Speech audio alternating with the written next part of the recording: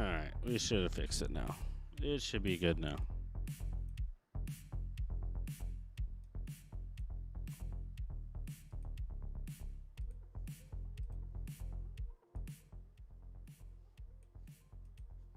Sorry about that, y'all. I keep forgetting that I actually have good internet now. And my bitrate on my stream for like the last freaking 2 years, I haven't ever moved from the time I didn't have good internet.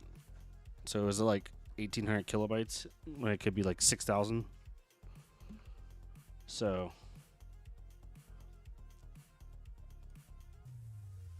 we should be good now.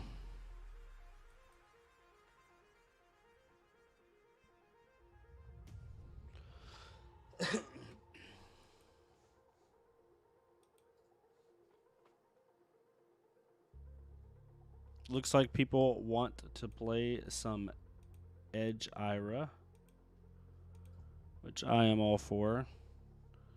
The deck has been slightly frustrating just because of the power level, but we'll talk about that here in a second. It's still super fun. You just have to really concede a couple matchups. What's up, Rush? Oh my god, TC Talk. I'm right beside him. That's crazy.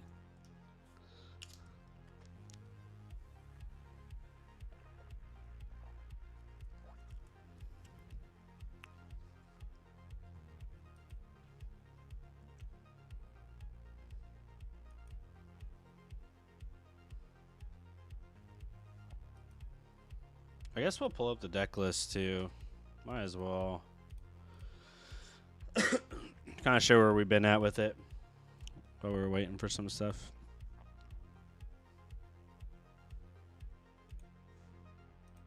Let me.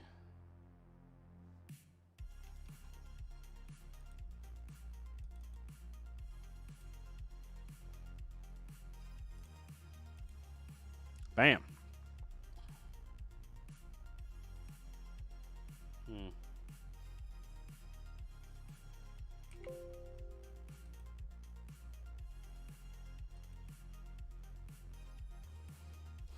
Yeah, we'll talk about the list here in a second. Y'all will give people like 1 or 2 more minutes to get in here so we can all hang out.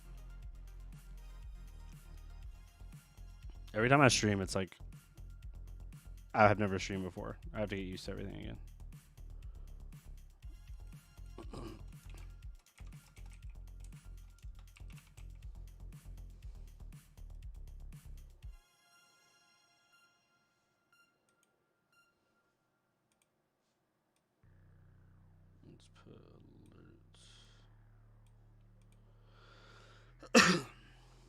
Hopefully y'all can see that all right. Yeah, it looks like you can. Yeah, so this is the list. Nothing too spicy or crazy. Katsu's in a pretty good spot right now, and I've been enjoying playing Katsu. And if I want to make a complete opinion on competitive viability for ninjas specifically, I probably would honestly play Katsu. So if we get to RTN season and I just want to like perform as good as humanly possible on a ninja hero, it'll probably be on Katsu. But I've been having a lot of fun with the Edge list, and I want to make Edge work because, you know, it's fun. Like, the list is like super fun. And I'm excited for Compendium of Wraith and like what potentially upgrades Edge may or may not get. You know, it's not confirmed, but we have seen Ira artwork on there, so all one can assume that we're going to get some Edge support. And I really am hoping we do. So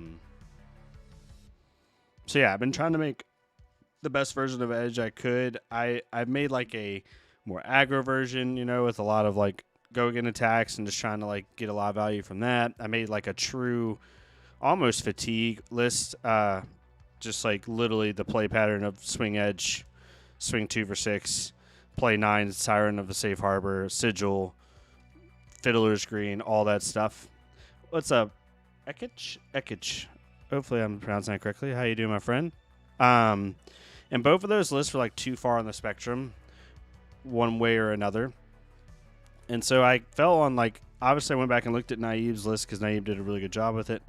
And took some inspiration from that and then added some stuff in that I've enjoyed. I think when you play Edge right now, like it's obviously not the best version of Ira. I think Kadachi is definitely still the best version.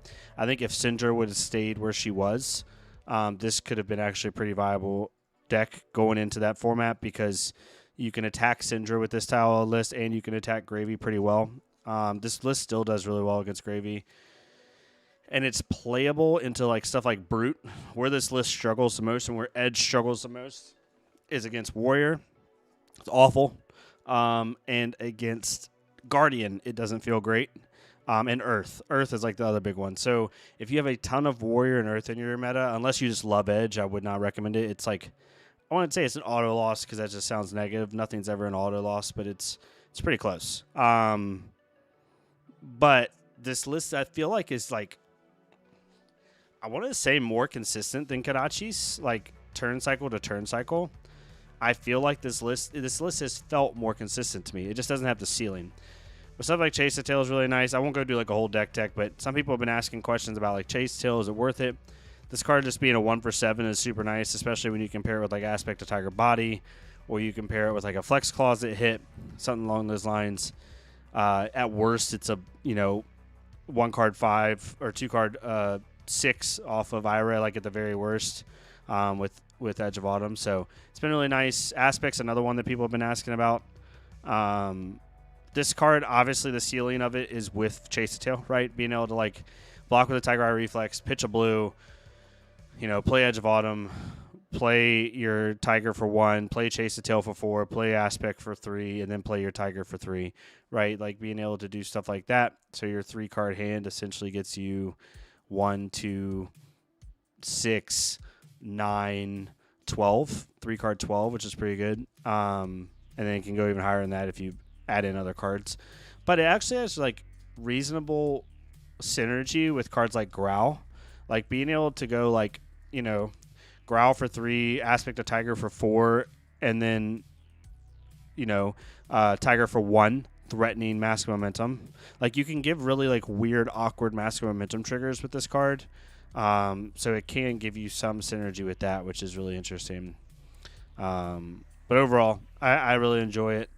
List is pretty solid. Soul Beat Strike's another one where like you could this slot could fight for something else, but honestly, it's a 0-for-4 go again, a conditional go again. That's a 3-block that allows us to then have a 1-card 6 off of Tunic, being able to activate Tunic, play Edge of Autumn for 1, and then play Soul Beat Strike for 5 is really, really nice. I mean, the value is just really, really good there, right? There's not very many 1-card 6s in the game. It's very similar to like old school Mirage Metamorph with off of Tunic with Enigma and stuff like that. So really like that. And then the sideboard's just standard stuff. No, Ekich, I did not. I reevaluated like just my attitude on stuff, and I'm doing a lot better now. Really, really enjoying it. Oh, we get a Gray Bones. Okay, against Gravy. Honestly, I don't want them filling Grave first. Oh, they just left. Okay. I won't be surprised. This deck can attack certain things in the meta. Ooh, we're playing an Ira Mirror. Ooh, this actually might be a little bit rough. In the Ira Mirror specifically, I've had some trouble because their Kadachi value is just really, really good. Let's just do that. We can do... We'll board up a little bit. I don't know what they're going to do. They might board way up. Man, everybody's leaving today. Oh, let's go first here. Yeah. Let's do Balance of Justice. All right. Tried and true against Levia. Go first. Arsenal pass. Don't let them do anything. Probably going to activate Scabs is my guess. Or that's a good one too.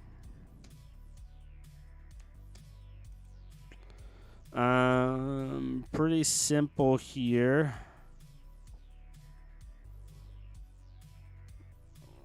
We just block 6 here. Show them the blue.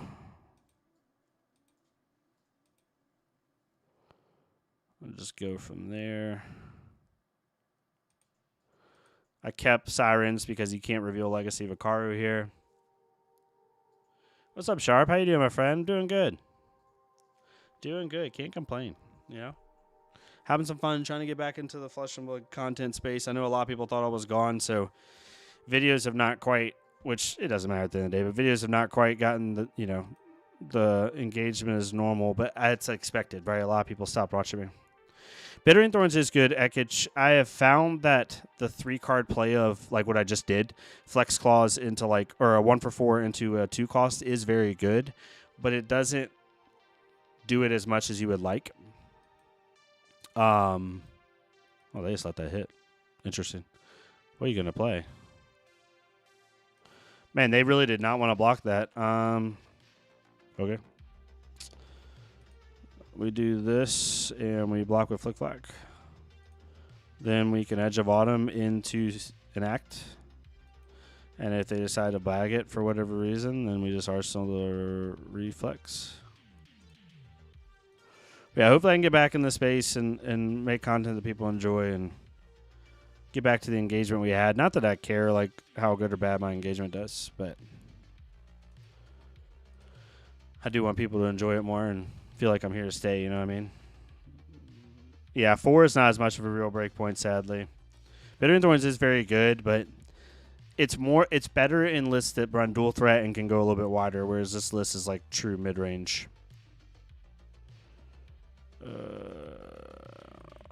Do we want to risk it here?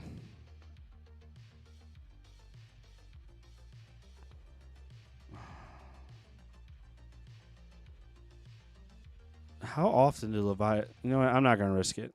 Not gonna risk it. Why would they block 7 of me? You know, we got the value we need to get out of that. Okay, so they had convulsions. Interesting. Get rid of you. Get rid of you. We're gonna have a vigor token, which feels pretty good.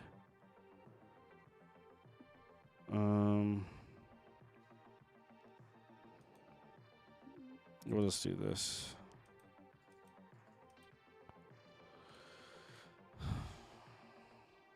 Yeah, and even if you can go 1 for 5, yeah, the 1 for 5's an edge is like the most unideal line for sure. Like I had a mauling key in here, and I took it out for a scar, just because scar for scar actually works better more times than not. All right, so they must have a blood rush here, is my guess. No. Oh, you were taking a chance, my friend. All right.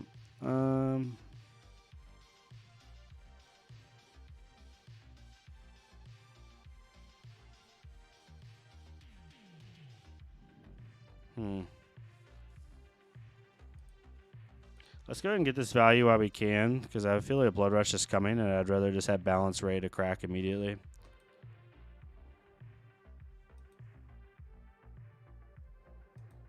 I'm assuming we're going to get some claws here.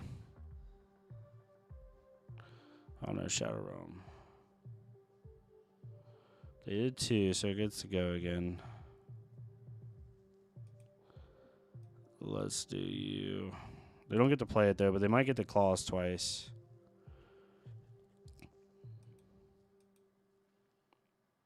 It's a good turn.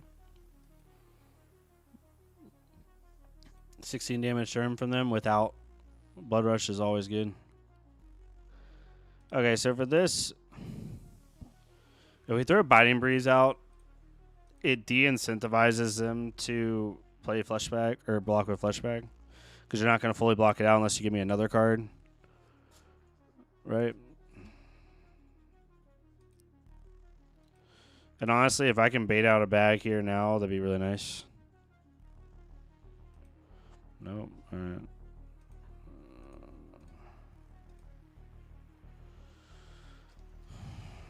2-card 8. We'll take it. They are just taking damage, man. There it is. What are they pitching? Mark of the Beast? Definitely want to activate balance here.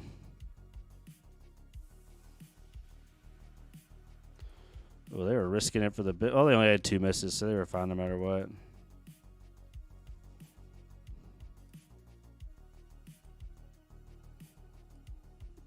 Oh, yeah. Make 2 tigers. Let's go. Not really. It doesn't really matter.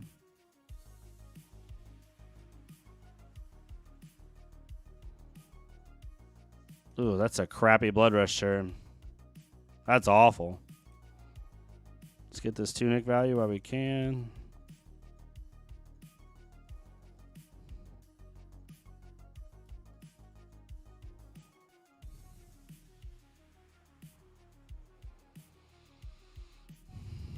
You bagging me now? All right. Interesting. Let's go ahead and get that value now. That's fine. You're letting me Arsenal and Seek Vengeance. I'm cool with that.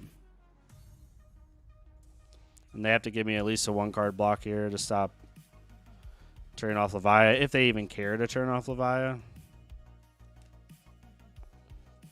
They might. Yeah, it's fine.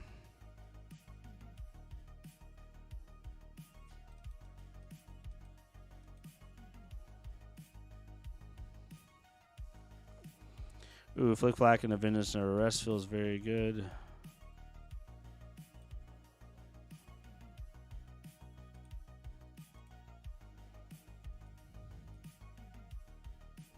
They'll probably claw here is my guess. Yep. We wait on this. 3 damage at this stage in the game. We're feeling pretty good. Okay. Definitely get this value right here.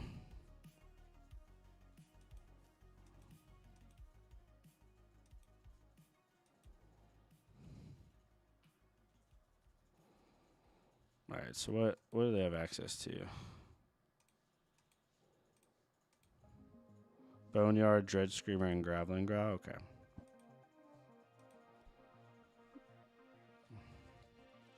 This actually isn't bad because the Pouncing Paws will allow this Tiger to come in for 2, and then we throw Seek Vengeance for 4. So 2-card 9. Pretty good value. And they're little amounts, so giving us... Okay. I mean, I guess that's like... You're going to lose it, I guess, next turn. That's why. Yeah, you're right. Yeah, so they're going to lose it no matter what. If they don't block here, I'm going to risk it. Risk it for the biscuit. Yep. Sick. See what their turn looks like here. Dread Screamer is always solid. How many misses they got? 2 misses.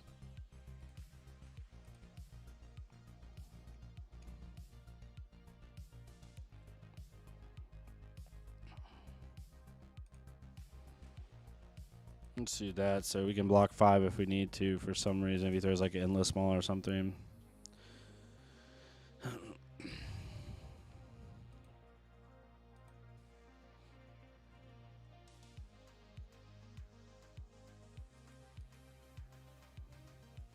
Gonna throw the Graveling Growl. Interesting.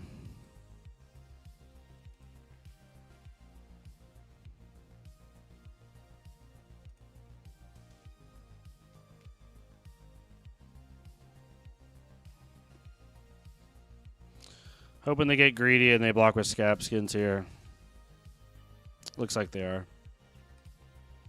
Sick.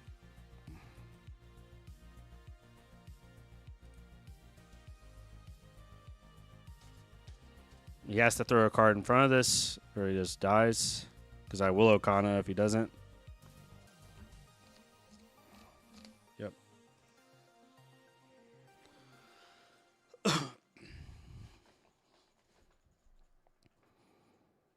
Okay, this is pretty good. I think we wait and see what he's going to throw us.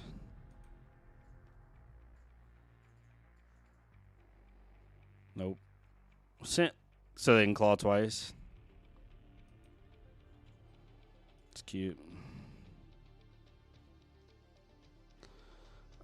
Yeah, we'll block one. That's fine.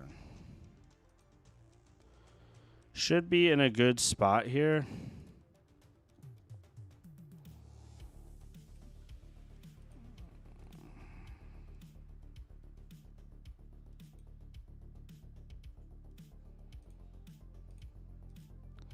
We might be able to, like,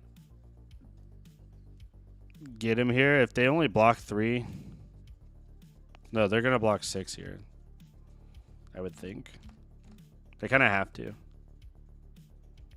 Yep.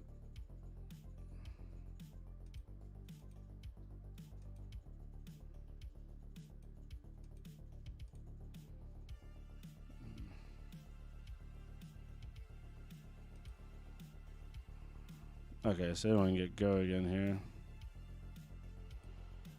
We just block with this. We should get them here now.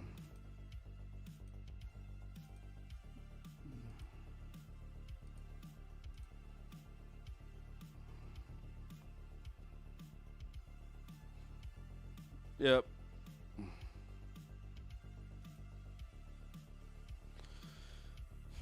Not too bad. I think there's a couple lines I could have done a little bit better there. I'm trying to talk out loud a little bit more. The one thing I want to do better, because I'm going to start streaming a little bit more if I can. Just stream games. Because people have been really wanting gameplay, and doing gameplay videos has been very hard. It's just so time consuming. You have to find the right opponent, or you have to get the right person on Talishar and then also record it at the same time. It's just very difficult.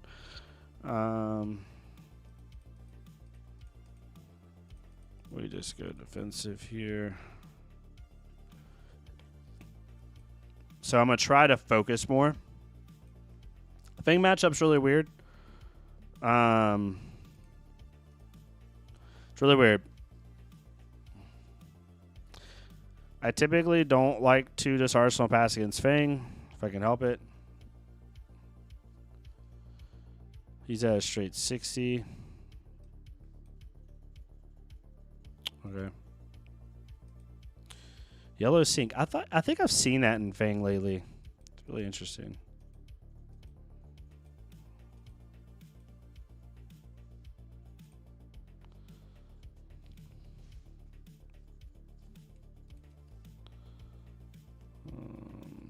Pitching a Scar Tissue. It's either their only pitch card. This aspect's good enough. Okay. Okay. I would have waited for this. I don't know why they did that then. I mean, I guess to mark me. But I would have been marked either way. They kind of wasted that Searing Gaze to me.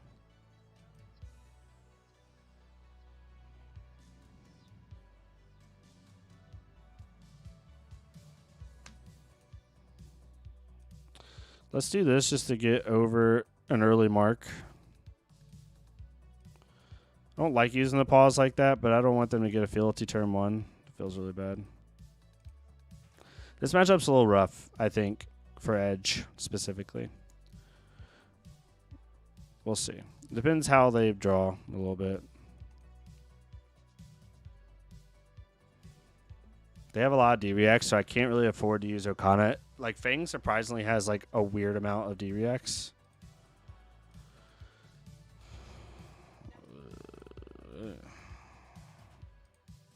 So I can't really... Interesting.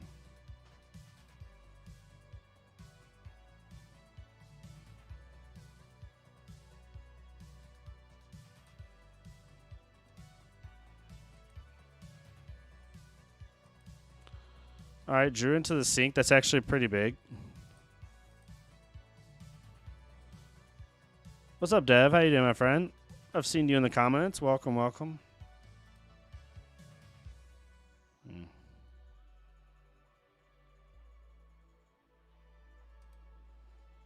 Okay. I don't think we need this Biting Breeze right now. They're going to do buff power here. Okay.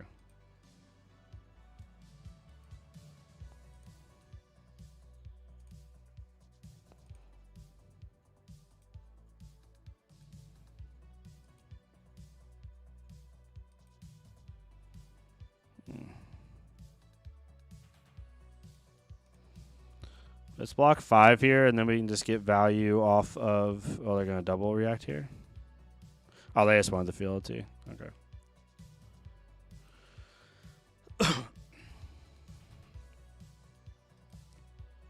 Now we can do... Edge and a Scar for 5. 1 card 6. Have you been enjoying our dev? Are you playing Kadachi or Edge? Or you just kind of trying to lure everything? I've been trying Edge more lately. I've been enjoying it more.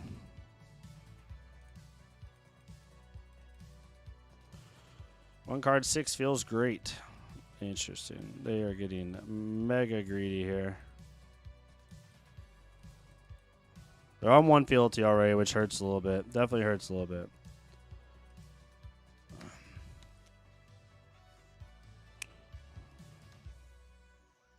I think we have to let that. We don't block well right here. Ooh, they're going to get the 3 fealty now.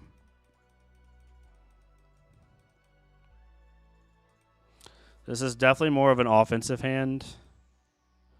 So I think... Ooh, that sucks. You have a way to mark me? Hunt's End. Okay. There they go. That was a good turn. This is more of an offensive hand. We just have to kind of deal with it.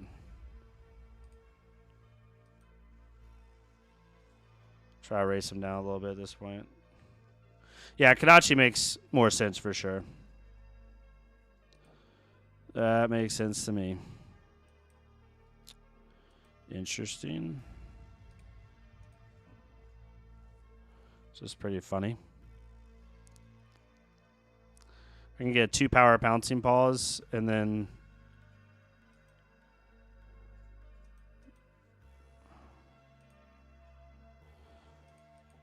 There's no guarantee that we're going to get the chase to tail value from paws, so might as well just get a 2 power tiger when we can.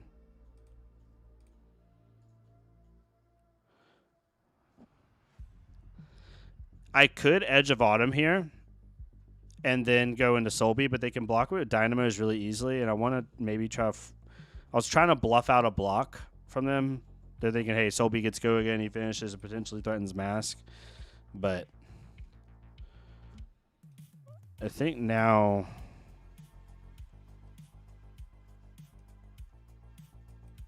Okay.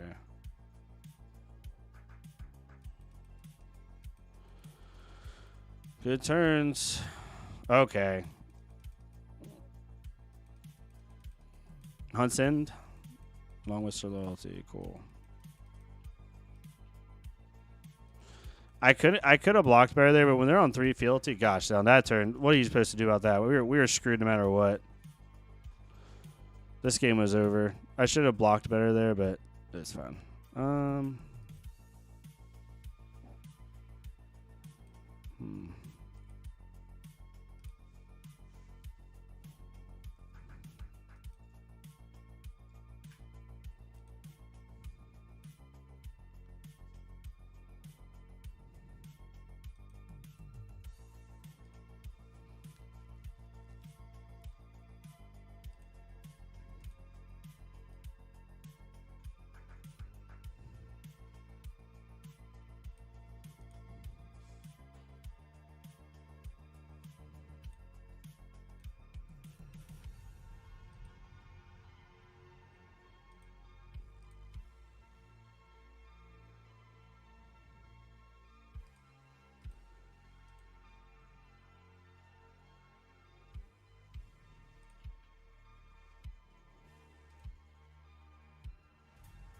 Okay.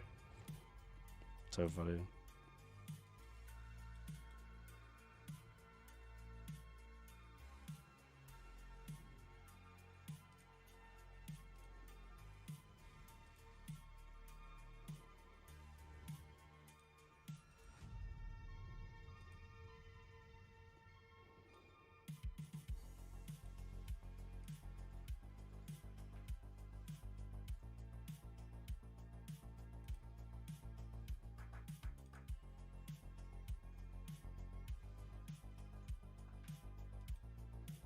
Sure, dog.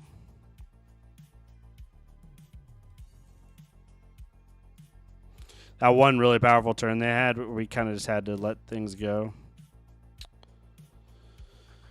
Let's do this. See what we can get out of them.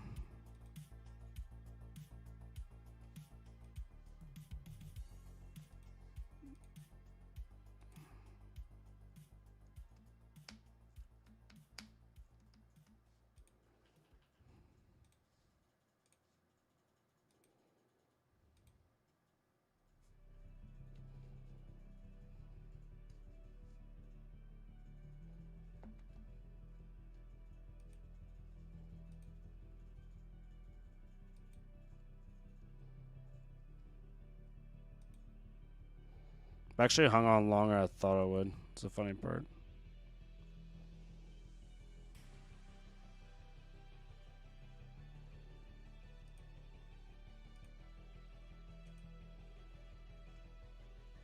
I can't play around double react here. So, just kind of got to go with it.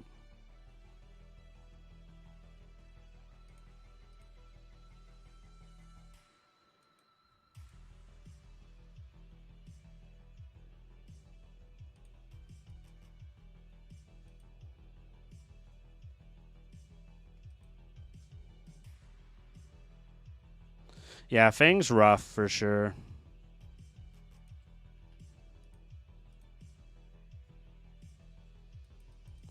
Yeah, can't play around a Hunt's End. Good game.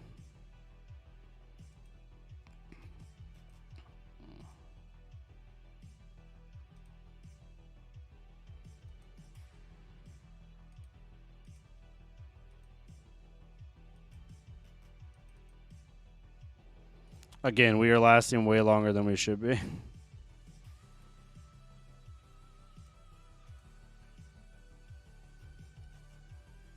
I know, right? The defense reactions I'm getting a little lucky on.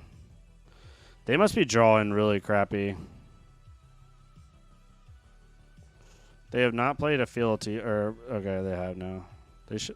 There's no way you're not winning off this. Okay, there it is. I was about to say, what was in your hand? Oh, that's hilarious. They had plenty of gas left in their deck, though. That one turn they did was nuts. Like, we had 2 back-to-back 14 damage turns, but they had that one stretch right there. That 22 damage turn was insane. I should have blocked a little bit better there. I had just a more offensive-minded hand.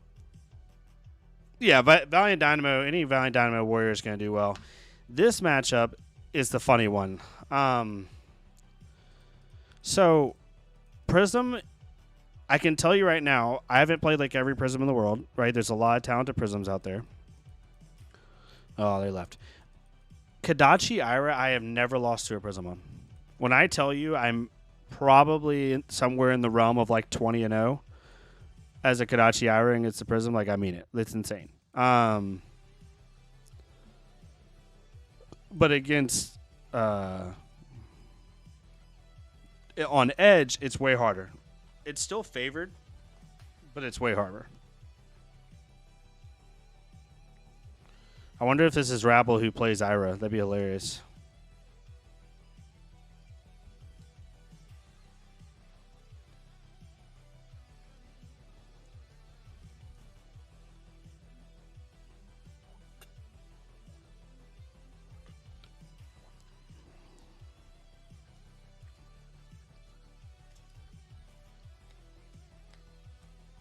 I just realized that I was in like the version that you can't see as well. I mean, you can kind of see everything. I'm sorry about that, y'all. Let me switch this. There we go. That's a lot better. I apologize, y'all. People are probably like, this way this guy's doing is terrible.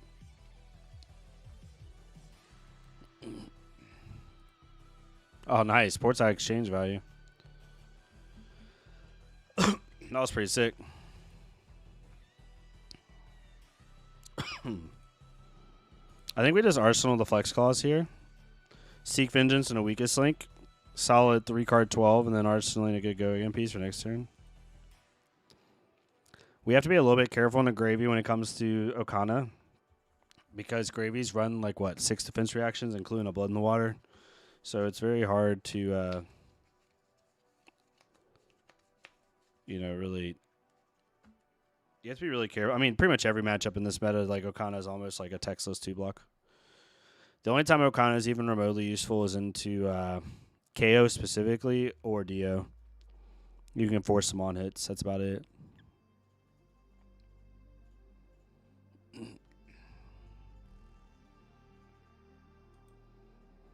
They must have a red hand. This might actually end up helping them, potentially.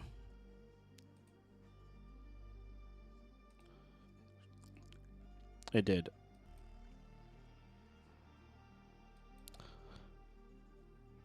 That's fine.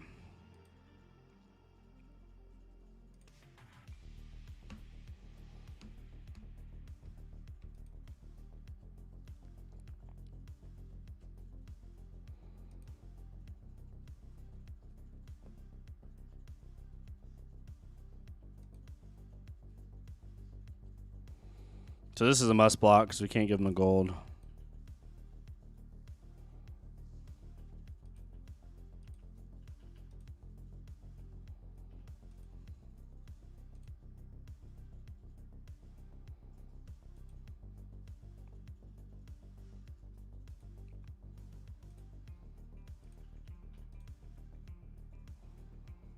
Been threatened mask here.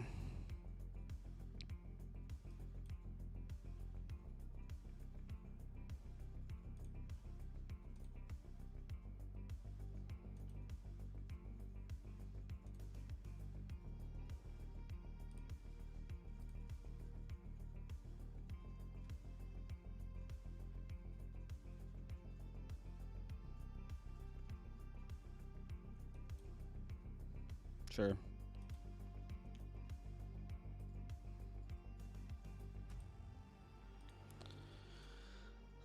We'll pitch Legacy away. It's fine.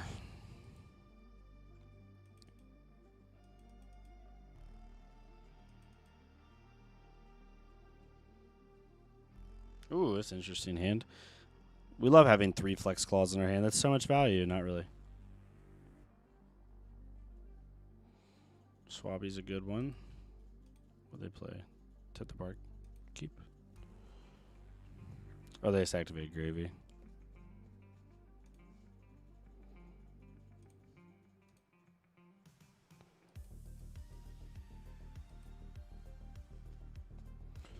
I love when they just keep making gold like it's nobody's business.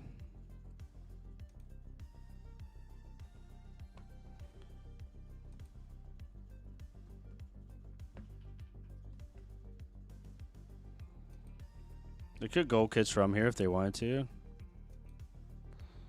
But they are not going to.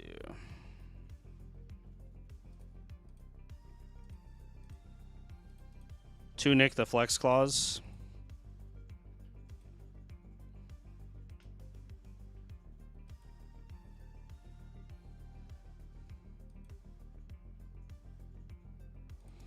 Or we just keep the flex claws in Arsenal. We Tunic, play Edge of Autumn in the rig. And then play Seek Vengeance. It's so cute. Sure.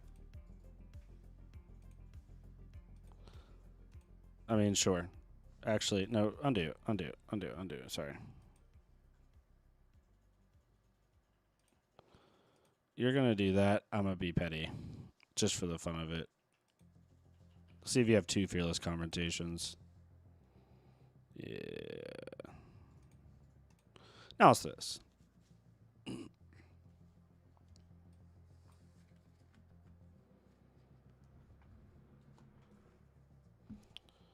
Chum is a little bit weirder with Edge. We can definitely get rid of it, but it gets a little bit... It's just... If they can get Chum out with, like, multiple... I mean, that's like anything with Gravy, really, right? But...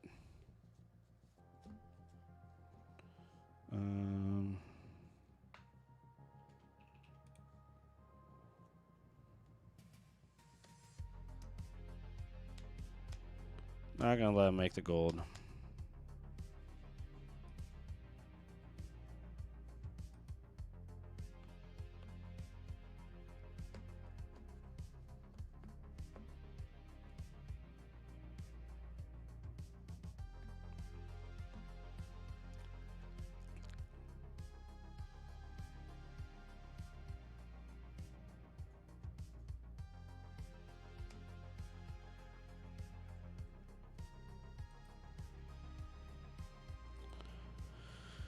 Hand does not block well. We kind of have to let that hit.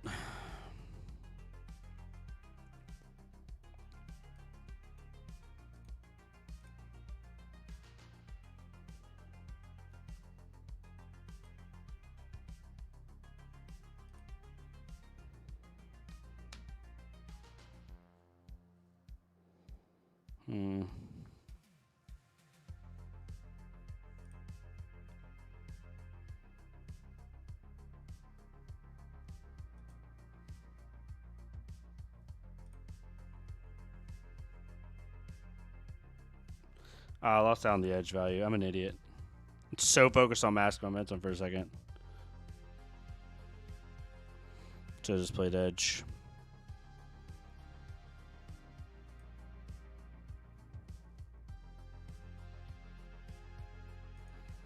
It's good. We learn. We learn.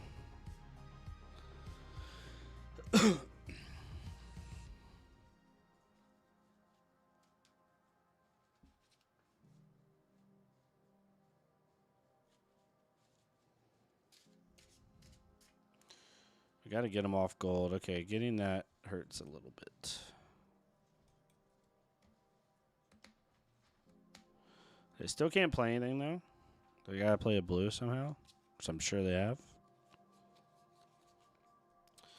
It's a good one.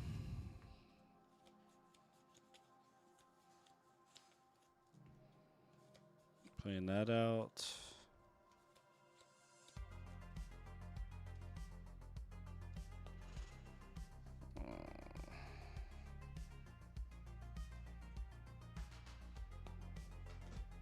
Play both of those on the Swabby if he lets us.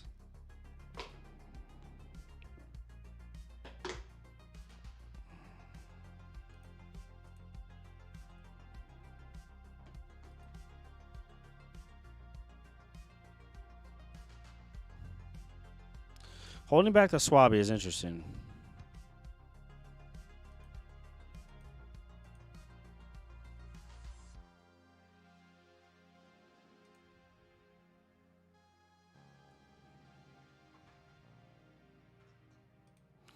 Let's just get rid of the chum. Don't even mess with it.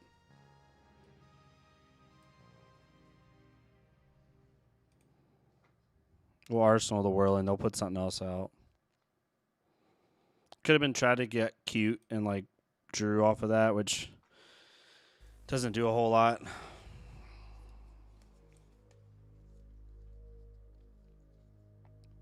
We have a Scar for Scar and Whirling Mist Blossoms, which is pretty good. We could draw a lot of cards this turn.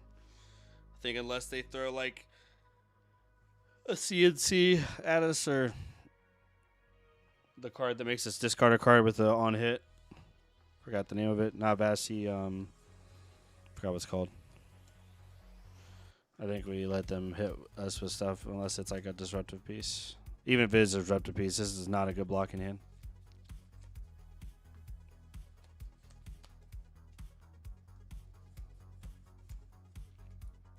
I speak it into existence. Is it worth spending blocking with 3 cards to protect 1 card when we have the same card in our hand? No, it's not. It is not. And it doesn't have go again, so just get rid of the Whirling Mist Blossom. Call it a day.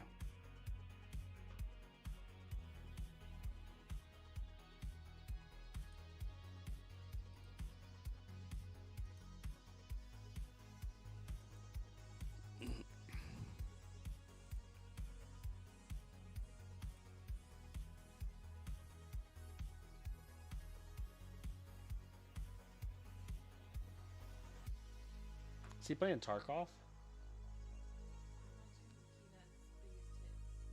Is he not live yet? Oh, that's true. Me and Reagan watch Peanut all the time. Loot the hole. There it is, Sharp. I don't know why the name is escaping me. All right, so that's... Alrighty.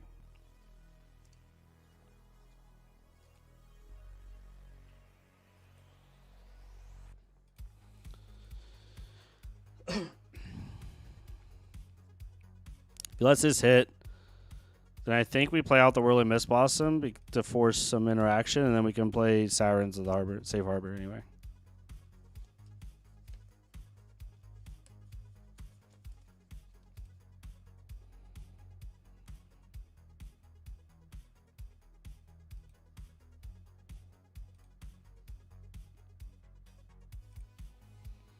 Six, 8, 12, 13, 14 value turn there.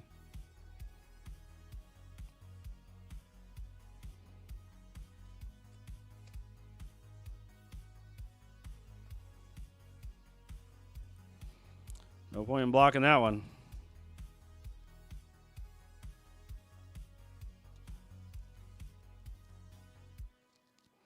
This is a pretty good offensive hand. We might not block regardless unless they do something crazy. They already have 3 gold, so gold baited hook, although we don't like it, doesn't really matter. Playing Scuba over Sawbones. Interesting.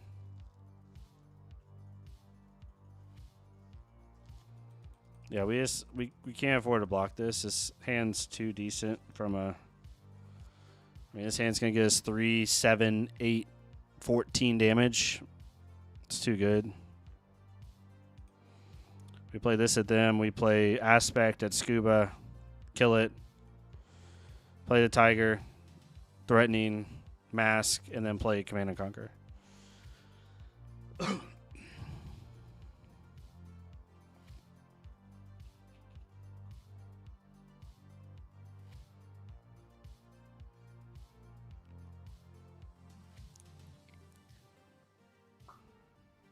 All right.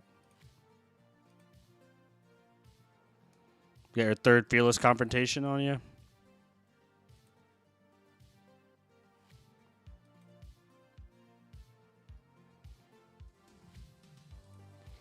All right, now we can annoy him here with a 1 power mass threat. Very annoying block for them. Hopefully they give us I hope they give us a card. I would like to see them give us a card.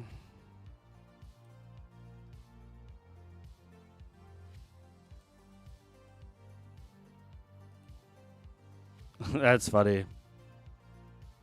Sure. I mean, honestly, if they're going to use Quick Dog Fletchers on that, that's the best we can hope for.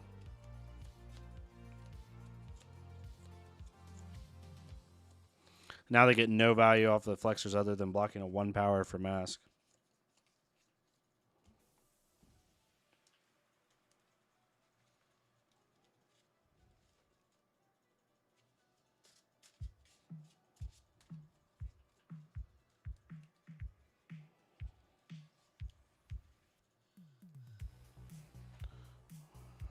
That is fine.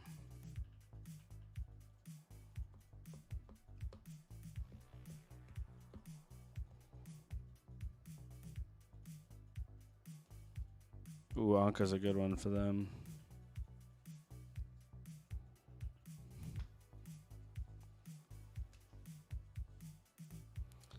They have had no issue keeping gold this game.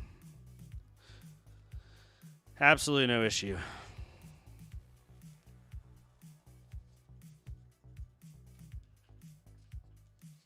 And other than that 1 gold baited hood activation, I've blocked out everything they've done. Oh, let's just play, Call of the Grave. Let's just put everything out.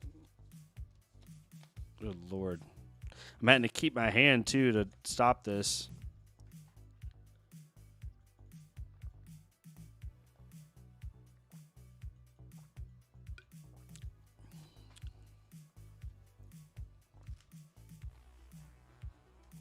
Playing a chum, okay. Can't activate gold. Oh, they drew a lot of yellows. Okay, that's good for us. They can't activate Gold Kiss Rum here. If we're just going to kill Chum and pass.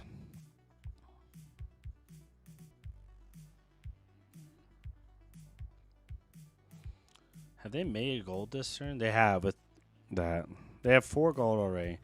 What do we get by keeping all this?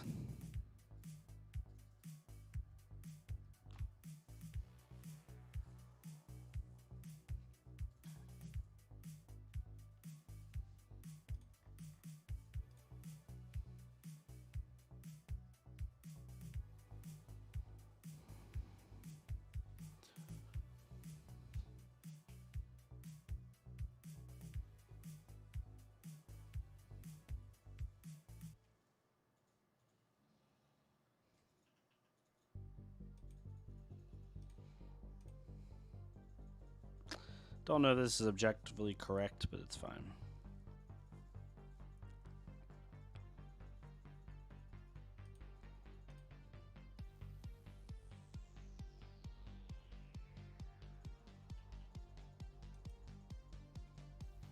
I think I sequenced that wrong, but it's fine. I'm screwing up all over the place here. 3 health left.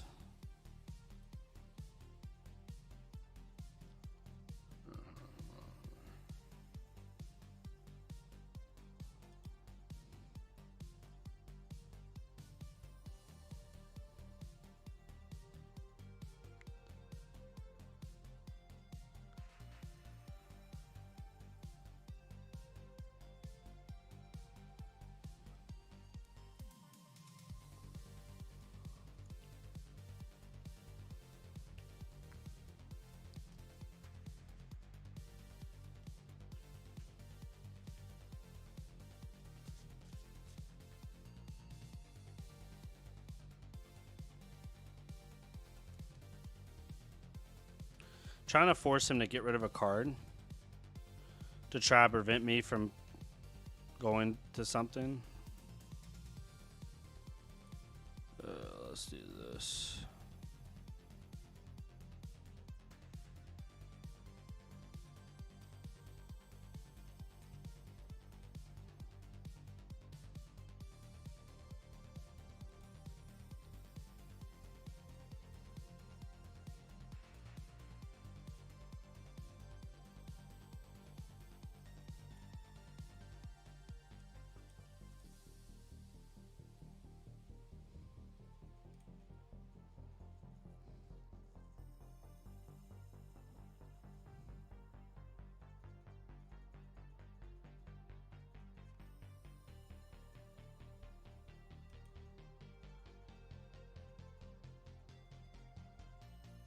Hits a hero. Okay, that's my stupidity. Can't read my own cards. I haven't ever had that interaction yet, so I didn't think about that. Arsenal Weakest Link feels pretty good. Just depends on what they bring at us. They have a full 5-card hand here, which feels really scary.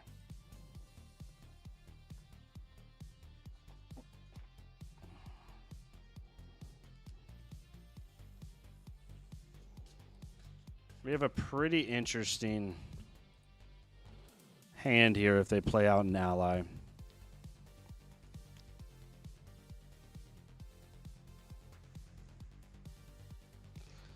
Oh, that hurts.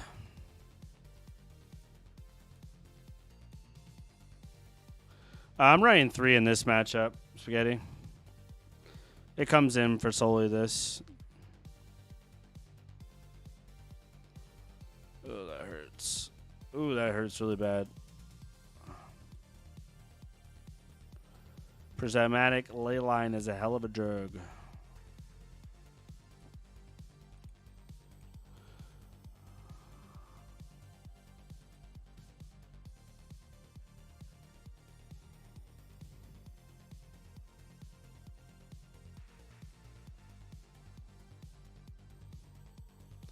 Haven't played this game the best, but it's okay. Not over yet, but they haven't been gold starved at all the entire game. They've been on 3+ gold despite my blocks this entire game. Turns out if you get rid of Chart the High Seas, they can just run Saltwater as well and basically do the same thing.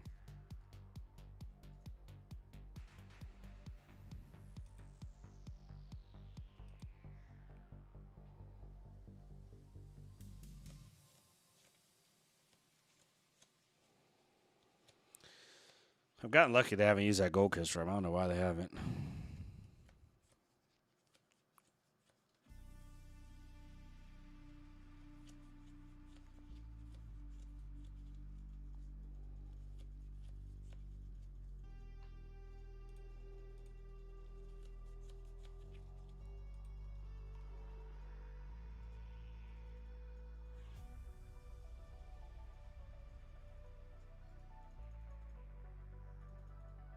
All right. Just keep filling the grave up.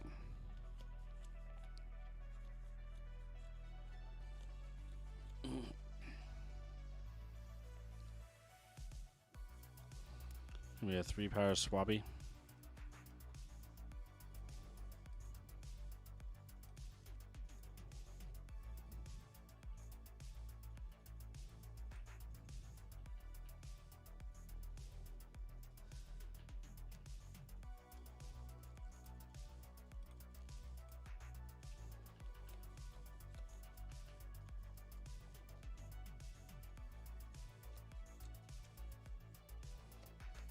Yeah, trying to get used to how to play this in the edge matchup for sure.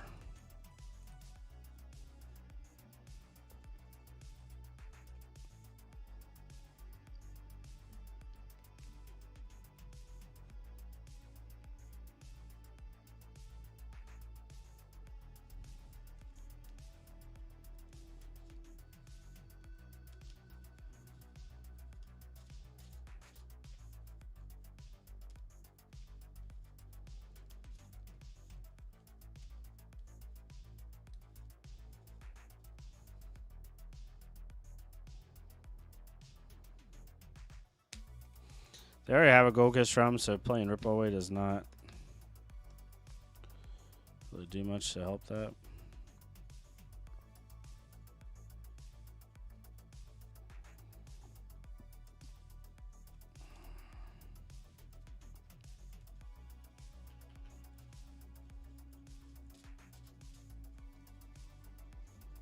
Okay.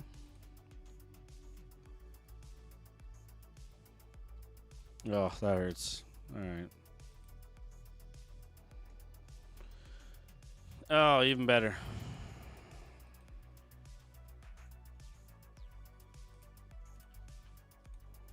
Try to gain a little life here.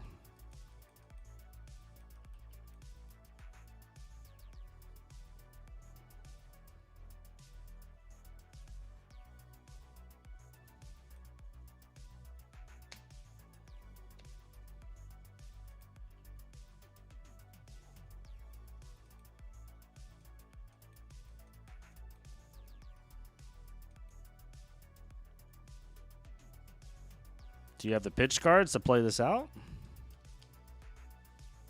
Oh, you do. All right. Solid 9 damage Sawbones coming at us.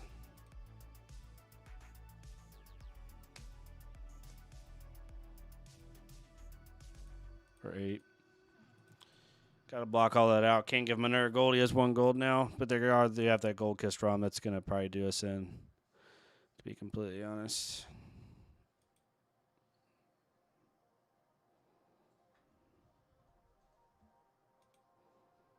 What are you getting rid of? Discard and a Rigor Mortis. Makes sense.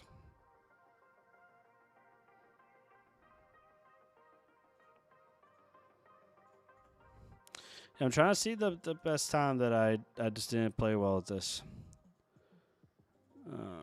I could have.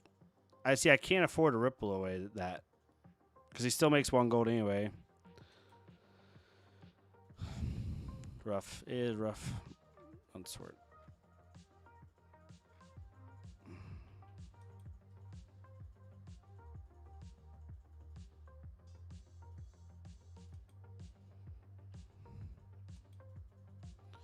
They're doing a whole lot without doing a whole lot. Feels good, but still have not played a blue card yet. But they have 2 gold that they can pitch to, so I don't think that's good. That's a pipe dream.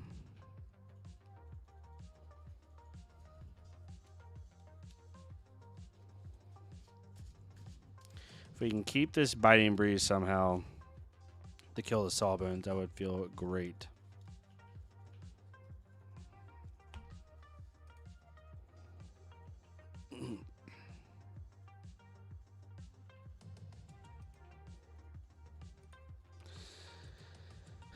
Not activating Sawbones is a choice, I guess. Or not activating Gold Kiss ROM. I guess they didn't really have anything they could play. Alright, let's kill the Sawbones here.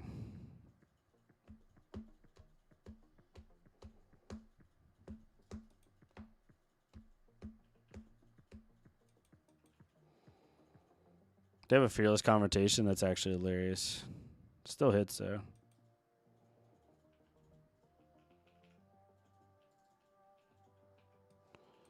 So 1 life. Okay.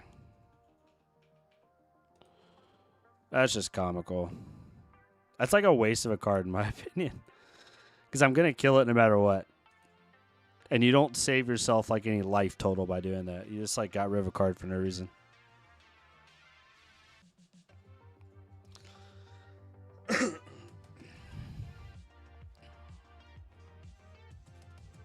That Gold Kiss Rum is going to be what helps them out the most.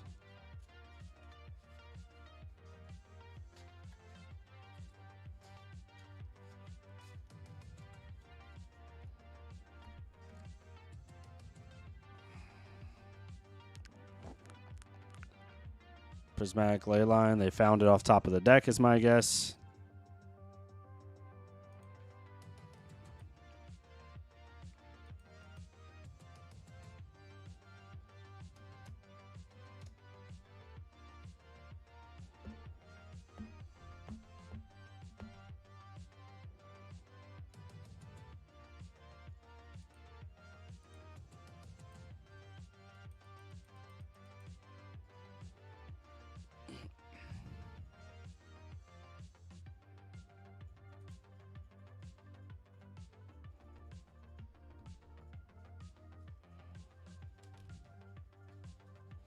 Kasai's rough, Topple.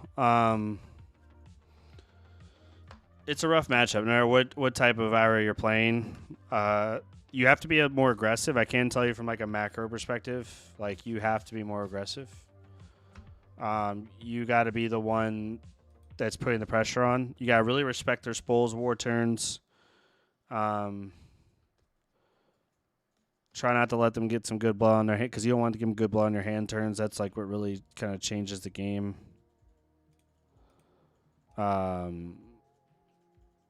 That's a big one. Yeah, you gotta be a little more aggressive. You gotta know when to push and when not to. I know it's like so like vague and arbitrary, but that's. I think what I'm trying to say is the common mistake I think a lot of people make into Kasai is they think they have to be defensive. In which case, like, we lost that game and probably shouldn't have. I don't know. I don't know where the term was where we could have done better that game. I think that sequencing I did with Bask that one turn on the Chum, I think, was not good enough value. I think that kind of hurt us a little bit. I was expecting him to activate Chum, and I should have just played. I could have killed Chum no matter what, so I should have just played in a more optimal line and then forced them to do something. It's all good. It's all good. You win some, you lose some. Definitely getting used to the Tiger Ira. Ooh.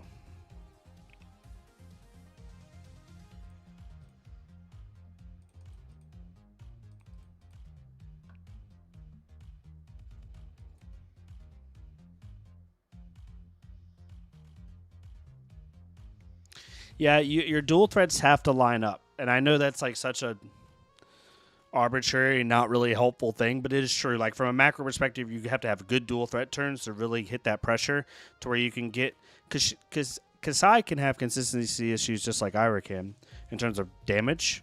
So if you can have like some good dual threat turns in the mid game and kind of pull ahead a little bit, then you can start to play the value game and like chip her down.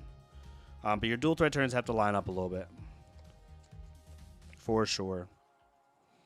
Interesting.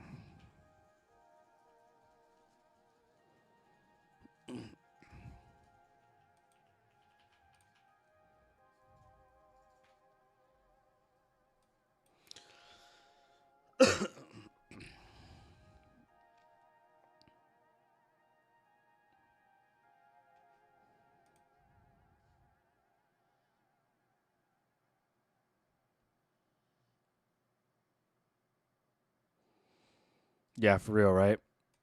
Dual threat is when it comes to decks like Kasai, KO Underhand Cheat, Victor, like you have to really hit those cards in the right sequence to have a chance.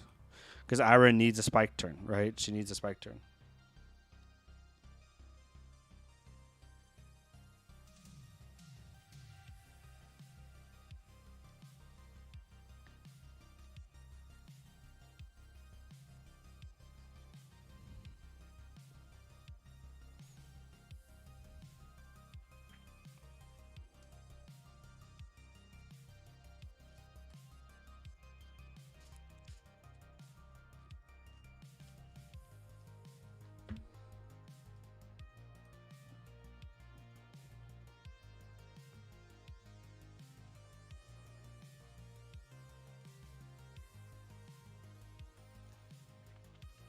Might as well throw a bunch of head jabs, you know?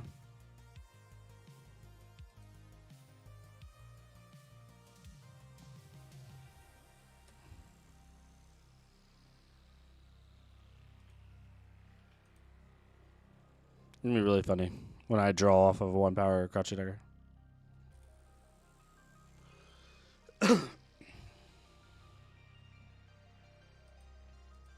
Man, that would have been useful this turn.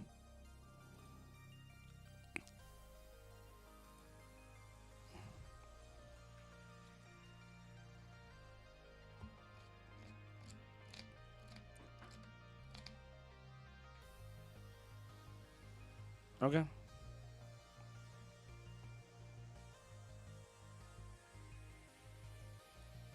You're going to draw from it. It is what it is. They can't pitch to it, though, so...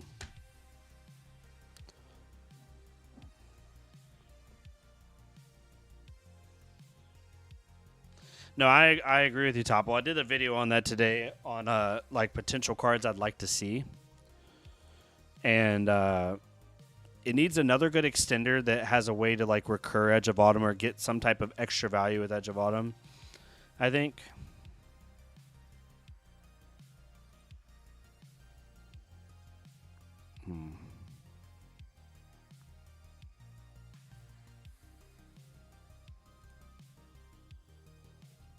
If I get got with 2 defense reactions from an Acilia, I'm going to cry. Okay.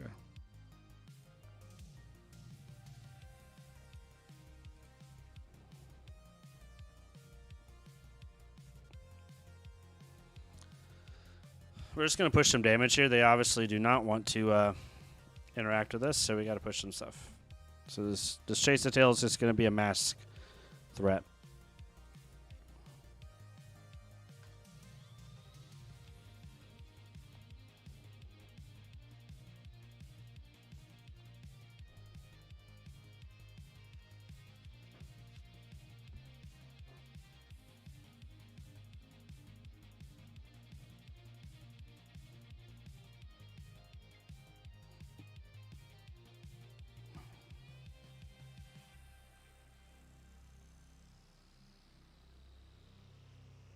Yeah, anything that could give, I agree, that's a cool idea. Anything that could give Edge of Autumn like more value than just a 1-power attack. You know what I mean? Like they've already given combo to Edge of Autumn, right? Like combo value. Maybe give one more of those, but give something to make Edge of Autumn like just swing more. I think might be really cool. No, I don't think they meant to do that.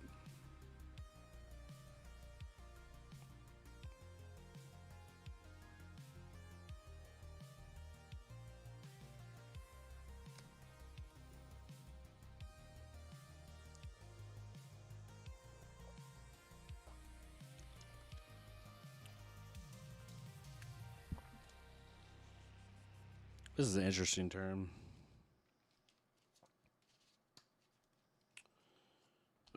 We don't have a great way of blocking this without hurting what we want to do next turn, so I'm just hoping to God they don't have a Channel Lightning Valley in hand.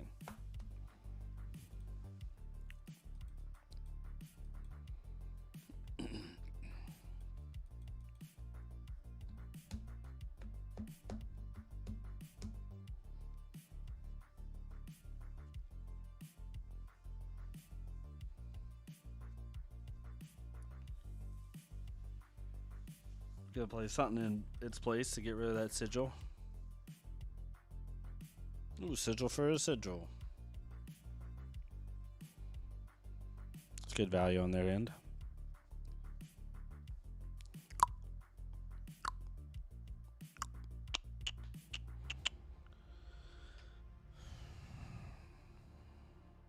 Getting rid of a blink, okay. It was. I'm surprised they didn't play. Well, I guess playing the blink doesn't really do anything.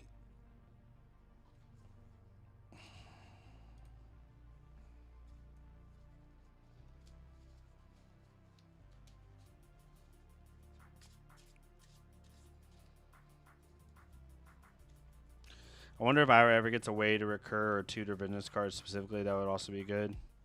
Yeah, so that was one of my cards today, Topple, was I forgot exactly what it was. It was the text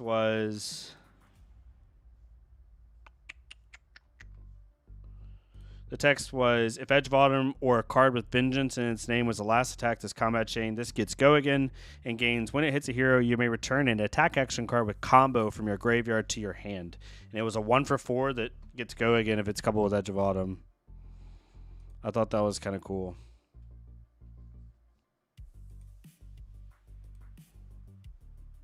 Interesting.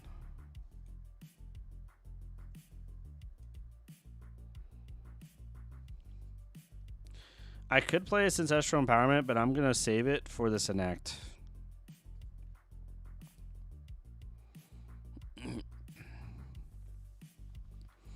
Yep, and there it is.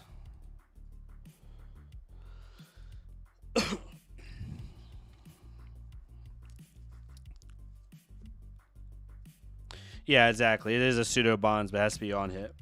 But it'd be really cool because it's a Vengeance card, right? Because the name of the card is I just named it Recurring Vengeance. So like, you could tell an opponent like, hey, off Tunic, I could swing Edge of Autumn, play this as a 1-for-5 go again. On hit, I can go get an Enact Vengeance, right? Super good, but I think that'd be kind of cool.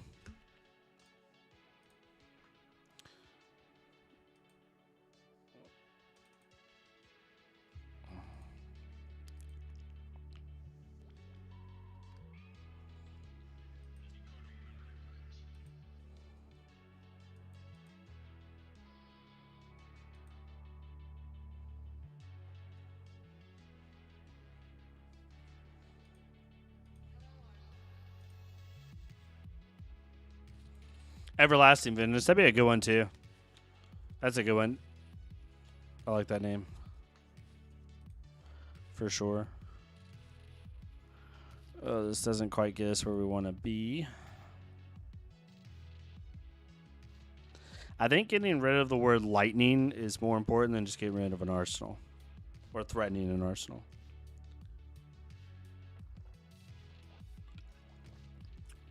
I can block this breakpoint pretty easily. Hopefully this is... Yeah, please. I beg you. You just made my day. By doing that.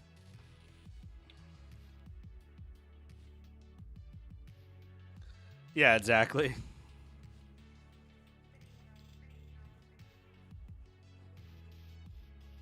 Siren's just such an interesting card. There's times where I play it and block with it, and like turn cycles where I'm like, this card's broken. And there's other times where I'm like, this card is annoying. It all depends. Man, they just picked the card up. Now they're going to... Yep, thank God I didn't play the Command and Conquer.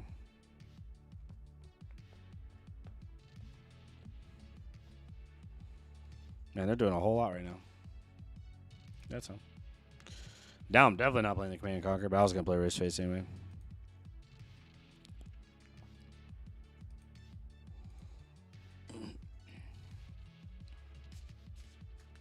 This is a very, very, very punishing attack. After them just blocking with that Flash of Brilliance, picking up the Sigil of Brilliance, so I know one of their cards doesn't block.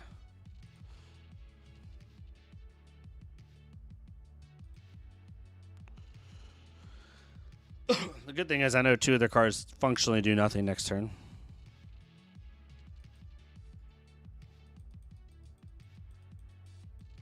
Playing that out doesn't seem to make sense. You already have a lightning token. I don't know why they keep wanting to play a card out.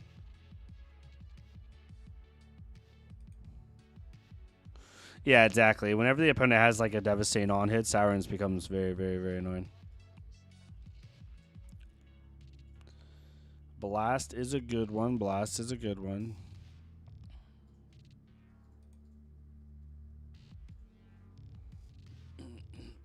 Picking up with Brilliance makes sense to me.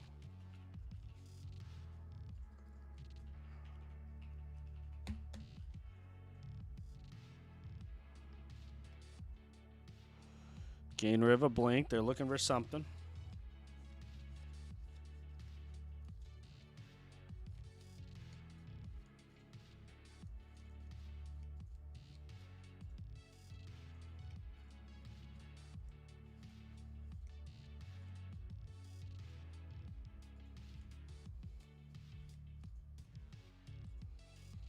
Ooh, that hurts.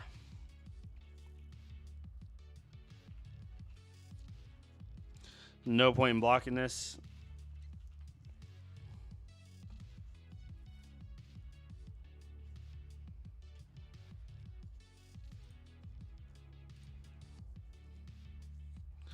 Let's just play a 2-card 6. Not great, but it's honest work. This is where not having. So I don't side defense reactions in against Acilio because if you give Acilio enough time, he's just going to kill you. Like, straight up just going to nuke you. So, like, the D reacts don't. I'd rather be aggressive into the deck, but times like this is where I'm like, man, I wish I drew 3 D reacts right now because I know he's going to combo this turn. It's about to have a 6-card hand with a lightning token. Looking for Gone. It's only Gone a flash straight up if they ever print a headpiece that says pay 3 tutor a card in deck. True. Headpieces have always been broken in the game, that's for sure. Oh, here we go. This is fun. Let's just do this to start.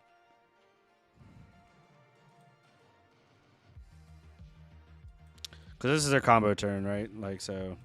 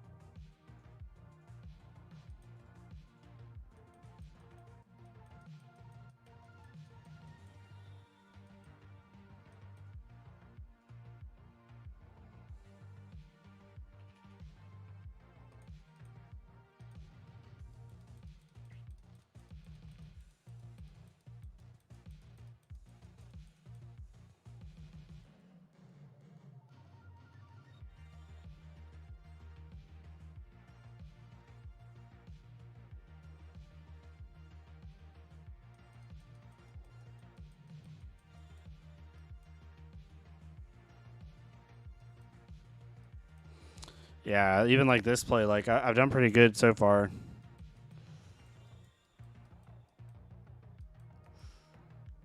Doing as good as I can here. They probably do have one more instant, is my guess, so they're about to draw into one. Oh, there it is. It's only only 20 damage with 1 card. It's not that big a deal. It's really not that good. You know what I'm saying?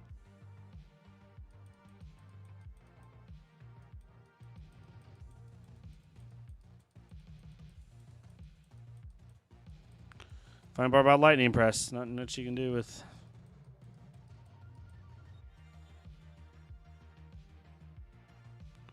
Oh, they kill me here. I'm dead. Yep, there it is. That's the combo turn. Can't do much about it. I mean, they did a 23 damage turn there. It's actually more than that too. It's like 30.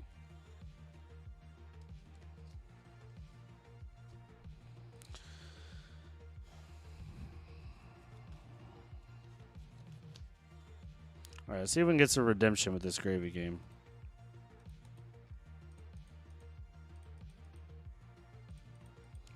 Let's try. No. They didn't even give us a chance. Didn't even give us a chance.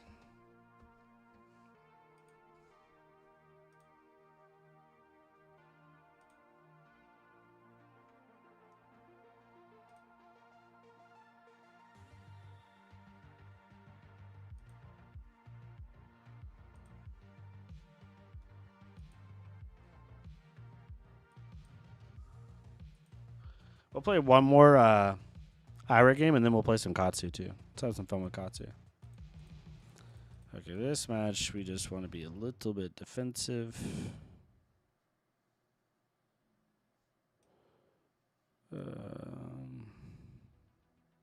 That's fine.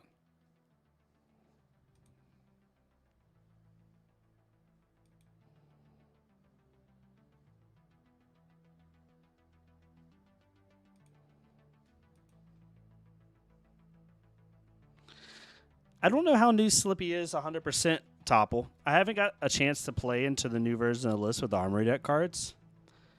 I'm assuming it is. You could try to race them down, but if they find their disruption, you're just not going to have a good time. You know what I mean? So I guess it depends on how you look at it, right?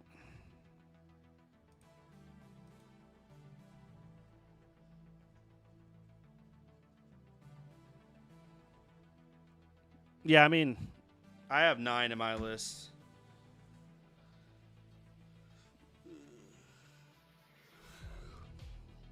They are fat stacking like a mofo. I just realized that. Holy crap.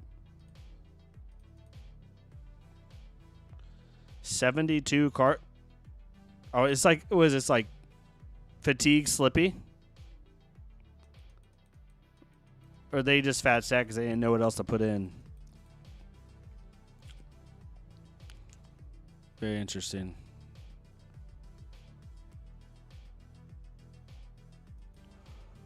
No point in doing that.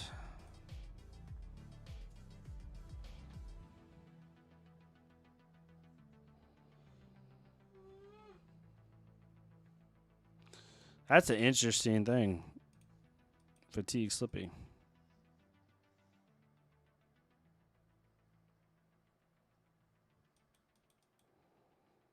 Interesting. You mark me. Yep. That's cool. Okay. It's cute. Let's just use everything. I mean, sure. You really, I hope you banish a blue.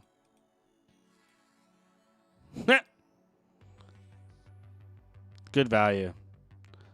Nice job. A little toxic, but I find that extremely funny. Oh no, it's a 0 power tiger. It can't possibly be worth it. Wrong. Hiya.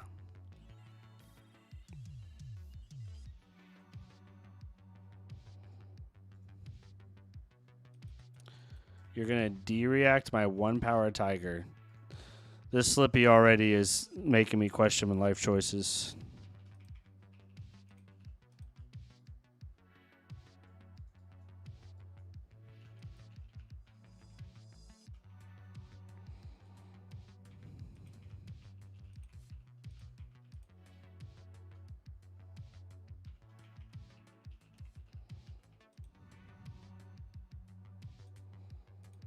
Oh, good luck with that sink below you have.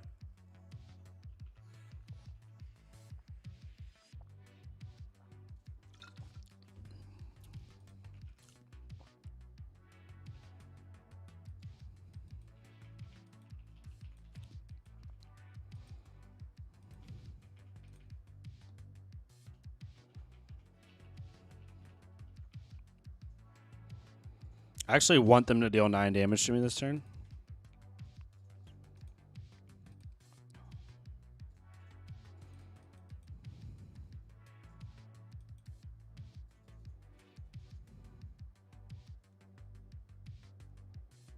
I know 1 card's a sink below, right?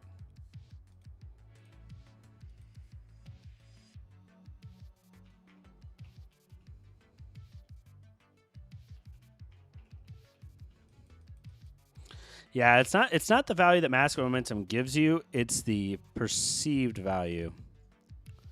What are you gonna do? Get rid of my oh, okay.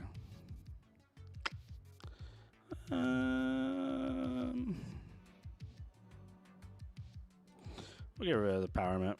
We'll try Arsenal of the Vengeance. Vengeance.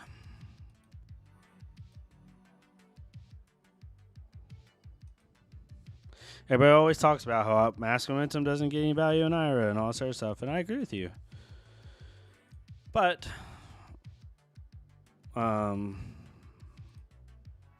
people still block around it, so.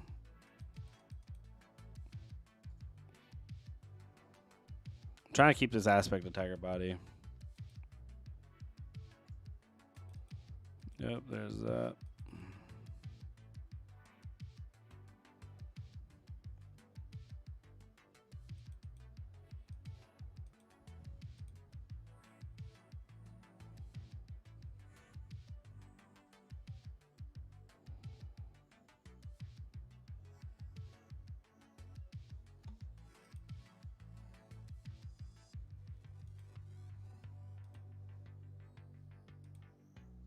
This is just 3 damage.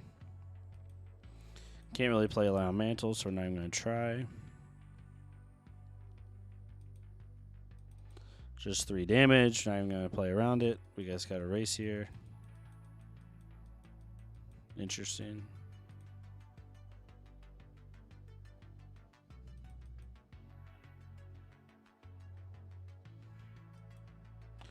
I think creep's good just to help race down a little bit. Like I think the card's definitely good enough. Especially when you combine it with like other pretty significant on hits that you can then sidestep if people overblock it, you know what I mean? I don't know, I think it's good enough. Could be wrong. All right, we're about to do the best 3-card play that Edge can possibly do. 3-card 12 threatening Arsenal, even though they don't have an Arsenal, but it's fine. Still 3-card 12. The most tried and true 3-card play that Edge has.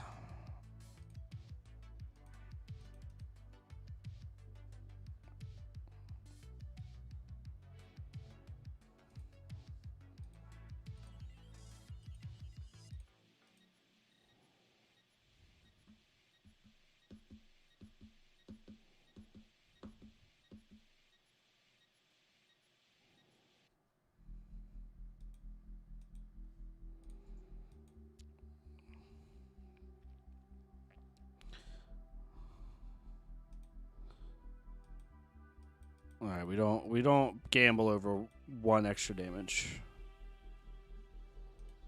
All right.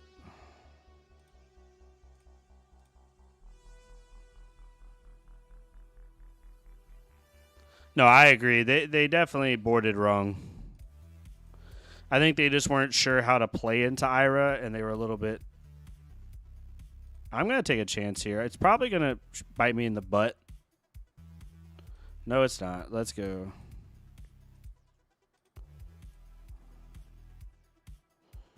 Oh, we're about to get some insane value on this turn. 5, 6, 10, 11, 12, 16 damage. 4-card 16. Oh, they're letting this hit. Okay, they're scaring me a little bit. Oh, please let this hit. If they let this hit, it's going to be hilarious. Oh my gosh, they let this hit. I think they just gave up. I think they just gave up. Because this is hilarious. This was not worth whatever is in their hand.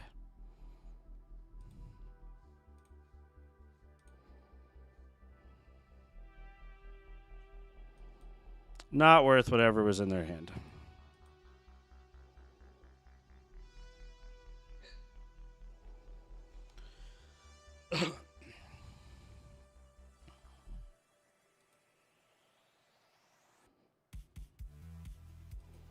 Actually, you know what? Let's just be petty here. Let's block around 1 reaction. See if they double it.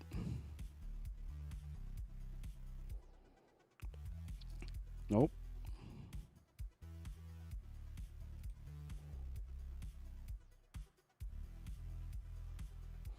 If they want this to have go again, yeah, that's fine.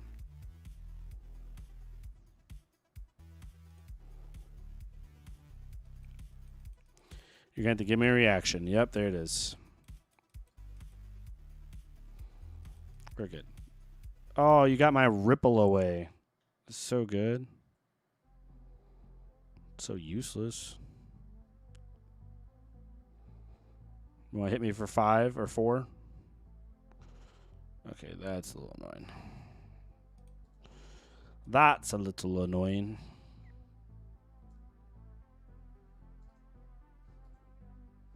Okay.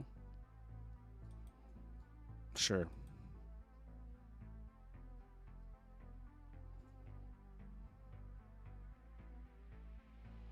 Wait, what did they end up picking for Meat Madness?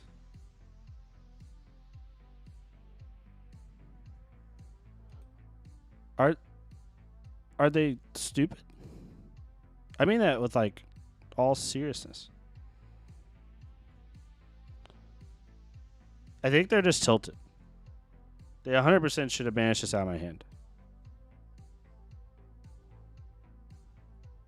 Okay.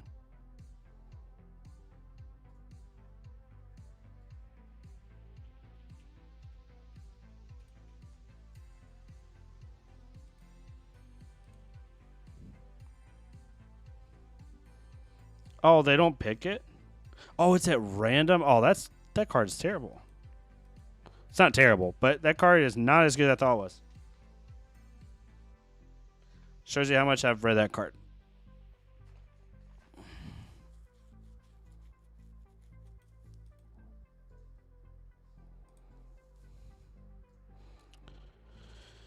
They could mantle this, but we're not going to play around that. Because we have shelter.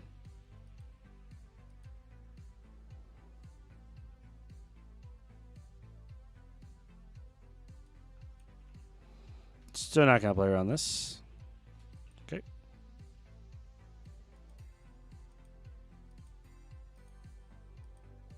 Very interesting. They are full of a lot of questionable decision making.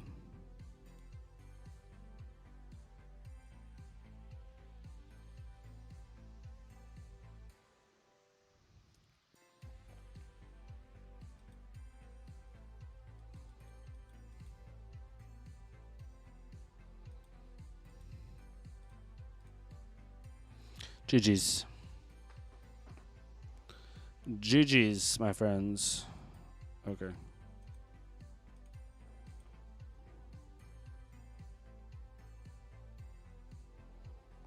Yep. I'm assuming one of these is not a 3-block based off how you were.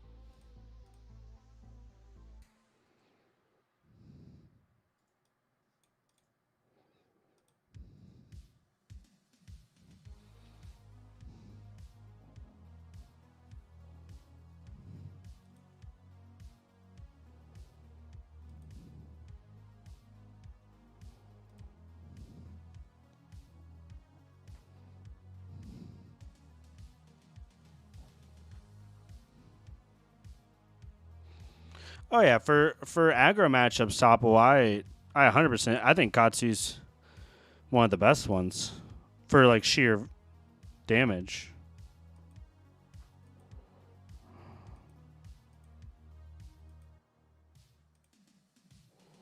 Dio is a little interesting. They really need to find their if they find their null time zones, it sucks. Like epically. If they don't find their null time zones, yeah, it's really pretty good matchup. I feel really good about it. KO is rough because Fleshbag sucks. But you can definitely win the matchup.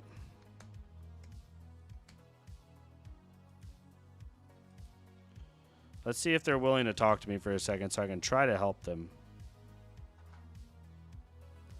Probably not, based off how they were playing. Yeah, they have to be correct, but if they say Surging Strike almost every time, it really you have to basically draw a natty line, which makes it a lot harder. It's a little bit more difficult. They do not want to chat with me. I was trying to help them, but YOLO. Oh.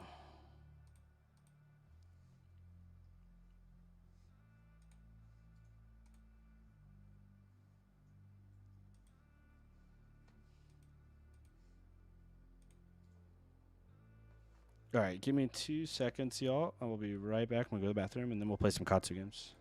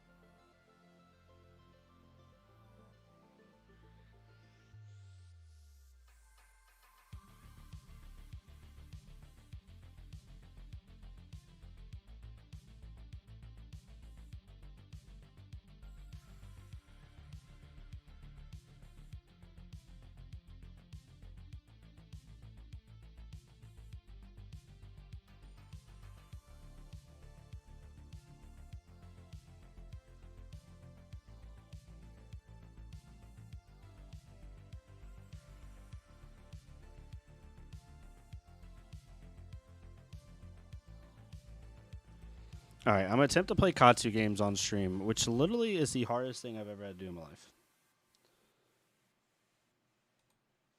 It is difficult. I've seen some people running edge and harmonized with concealed blades with an arm piece. Is that deck real? I haven't seen that a whole lot, to be honest with you. So I couldn't tell you. But that sounds interesting. We're just going to go straight. Okay. They said, nah, fam. Okay, I'm going to try to play Katsu on stream. This is like the hardest thing ever for me, specifically. Katsu is one of the hardest decks to play if you're playing it correctly. And playing it while also talking, not in paper. I also have a harder time playing Katsu when I'm not playing in paper. I just feel like I understand the deck better in paper. But regardless, we're going to have fun with this. Everybody's leaving me. Nobody wants to play me. They see a guy named Giyu or a person named Giyu that's playing Katsu. They're like, holy crap, this is all this person plays. I ain't fucking with that. Okay.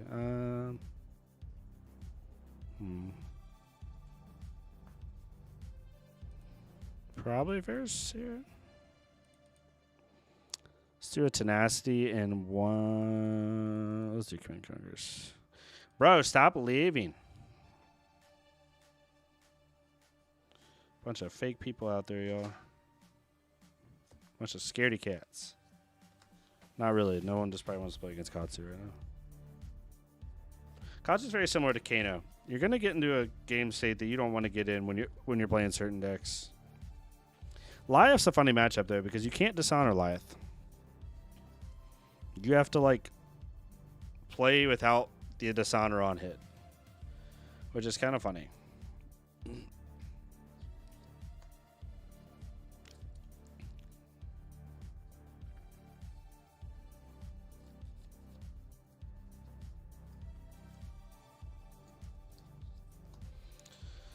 Yeah, if RTN season, if I'm being completely competitive minded, it's probably going to be Katsu.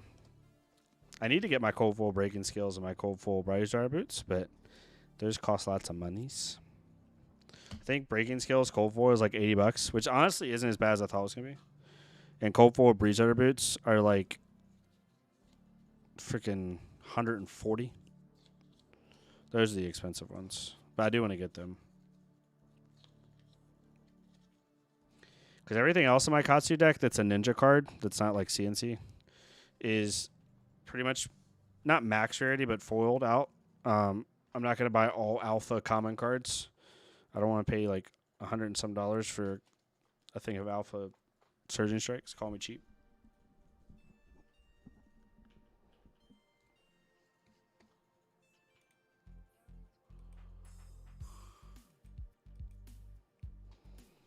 Man, no one wants to play us, y'all. They hate us because they ain't us.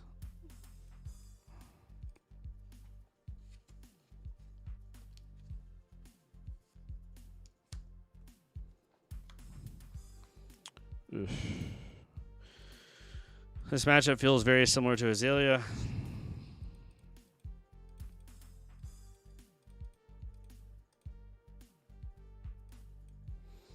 Where like it kind of just depends on who's hitting who in the head first.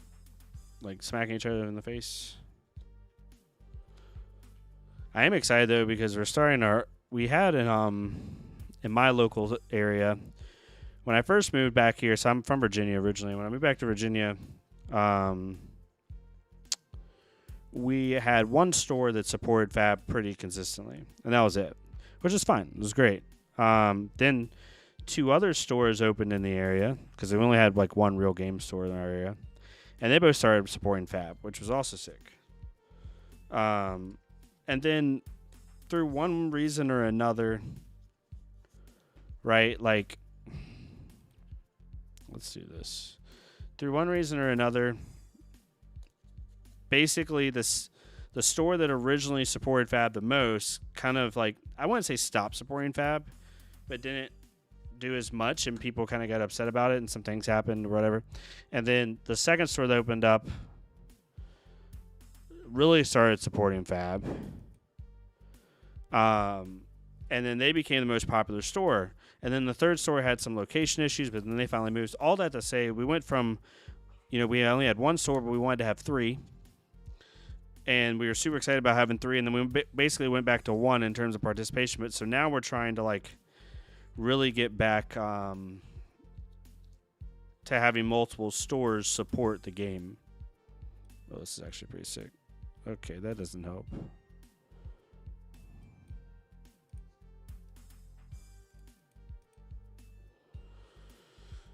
So tomorrow we're doing an armory at the third store that opened, which I'm super excited about.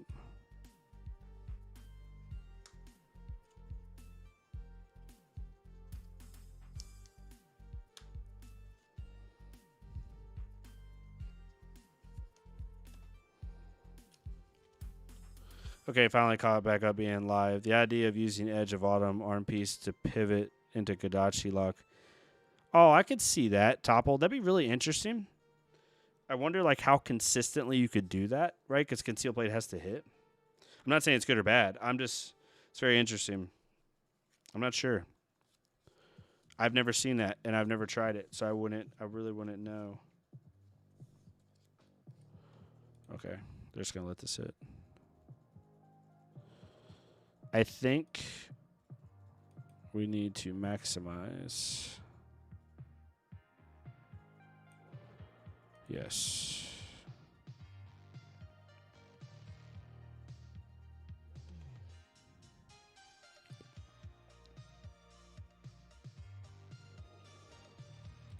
Just gonna get this. That's how it was for me, Topple, when I was living in Dallas. Every day you could go to an armory. There was like, it was insane.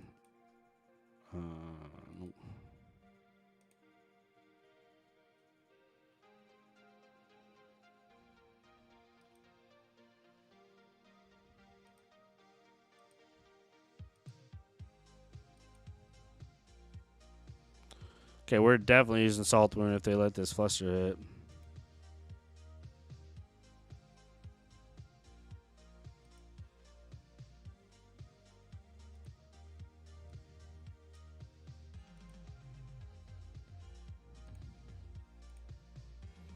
Eight value off our links. That's like the best we can get there. Are they about to freaking stun lock us like a mofo, I think. They just let us do 29 like it was nothing. They just laughed at us.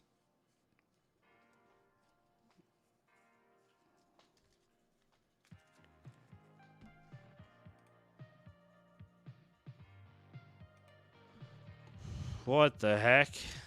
I look away for 2 seconds and I have a 16 power. Okay. Well, that's hitting.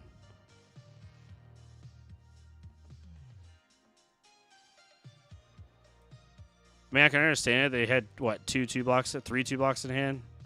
They weren't stopping that anyway. So I get it.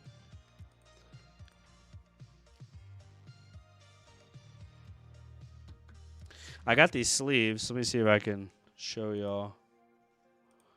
I got the Ultra Pro Wave sleeves for my Katsu deck. Super excited about it. Simple, just draw, reacts. Exactly. You know what I mean? Easy. Forehead. You know what I mean?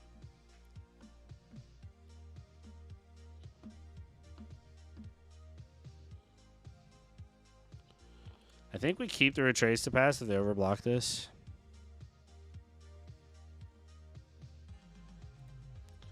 Like sitting 4 here, I'd rather just have the combo piece. Probably not smart, but it's fun.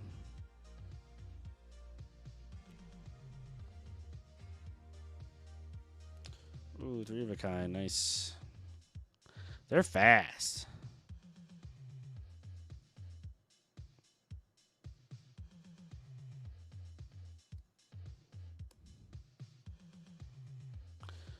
Unluckily for them.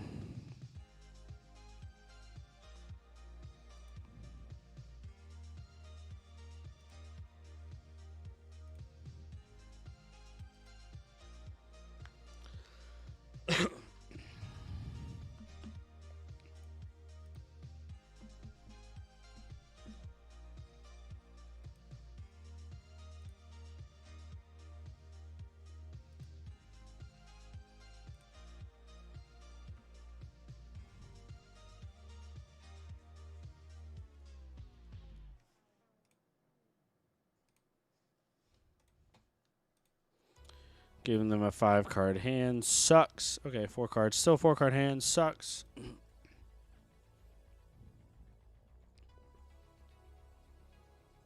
Interesting turn here. Popping all their gold.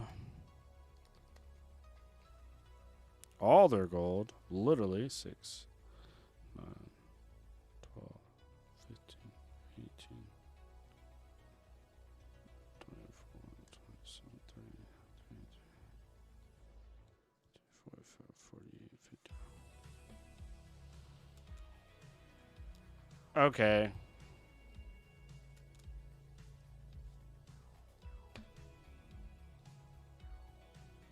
Whatever. I don't like letting them undo after them drawing 3, but they did really quick, so it was probably an accident.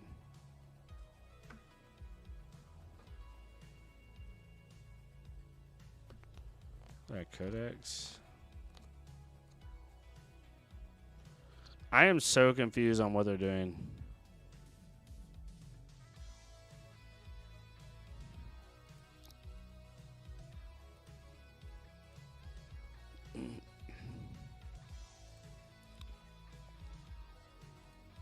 All right, their hook's gone, which is actually a big deal.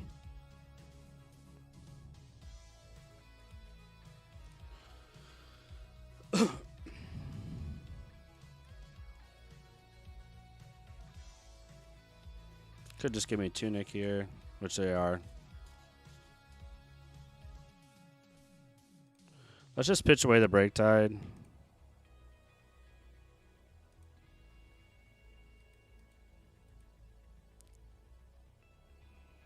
That's not very useful.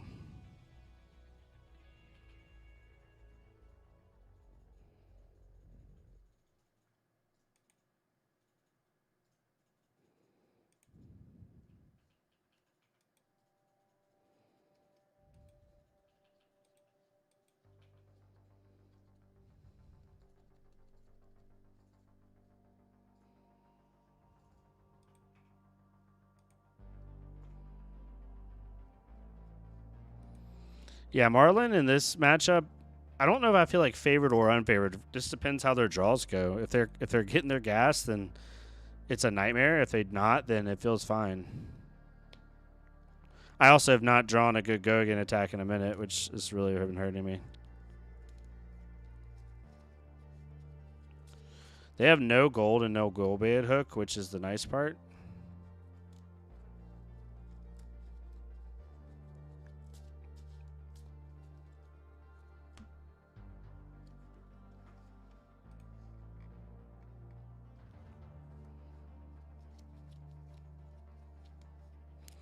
Erase face. That's what I'm missing.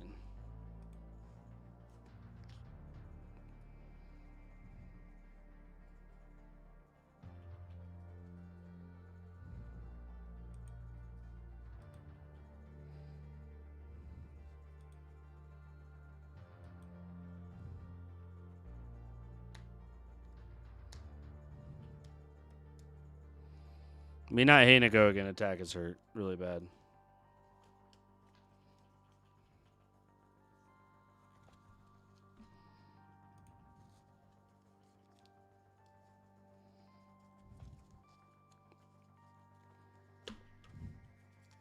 I feel like it's weird. I feel like if Marlin's hitting her cards right, then it's probably favored for her in this matchup. She can really disrupt. But if she even stumbles a little bit, she's in trouble. I mean, she took 29 in one turn and still has been fine. I also literally have not drawn a Go-Again attack. Not a Tempest. I've drawn one Surging. Which also doesn't feel great.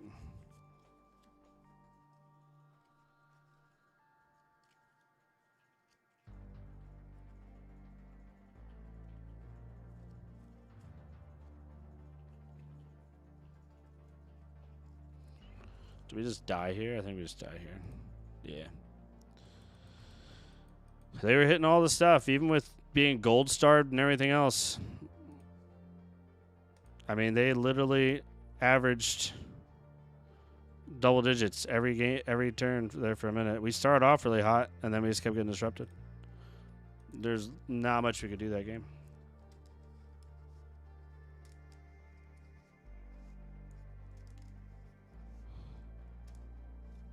Yeah, exactly. There's certain decks. Maybe that's Marlon's problem. There's certain decks that are just like feels awful. Okay.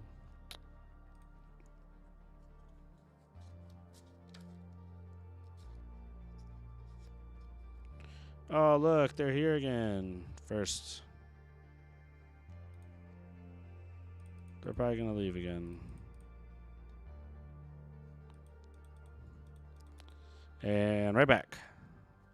I love when people leave and then join another competitive lobby like it's not the same lobby. They just left. Oh, just because I guess, yeah, because none of Marlon's on hits even mattered. That's actually really true. That's crazy.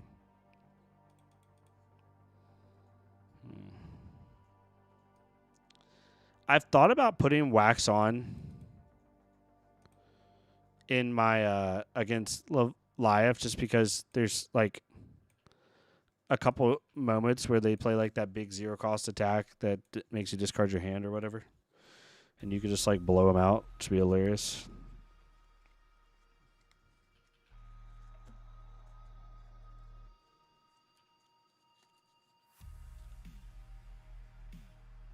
Oh, true, she can because of overpower. You're right.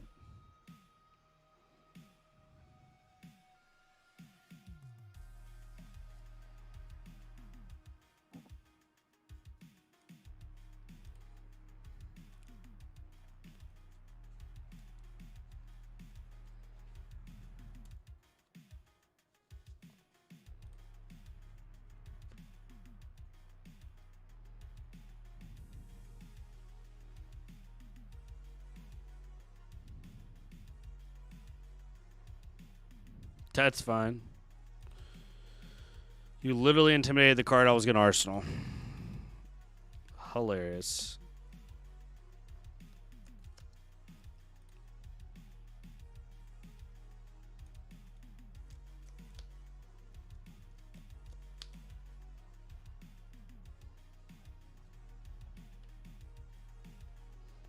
I also, for Christmas, y'all got this Katsu deck box, which is hilarious. I call it a Katsu. It's like the freaking old school takeout boxes. My mom got it for me. It's really funny.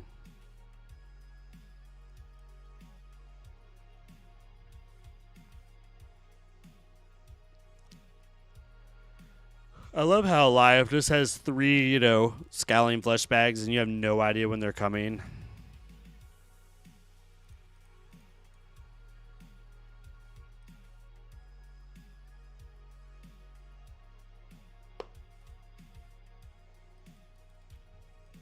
Oh, concealed object? Yeah.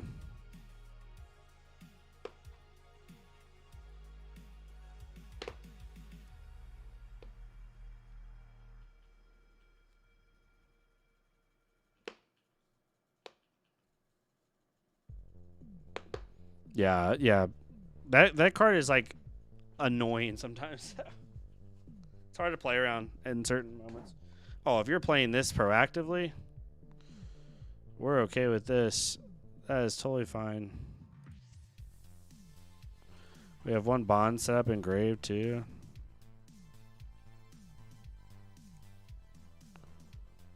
We don't want to get rid of another bonds.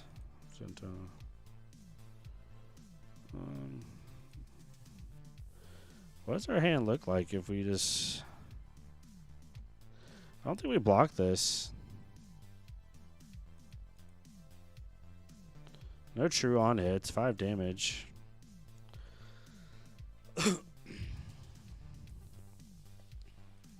We can play Tempest with the Ancestral. Not too shabby.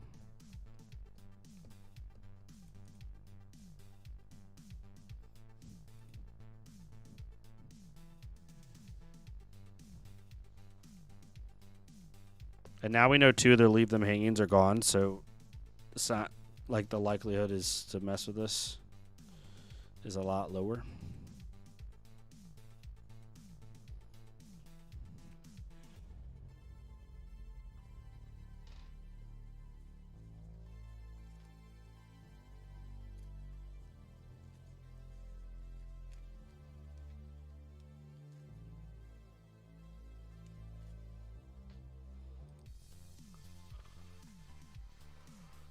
I guess they're playing around.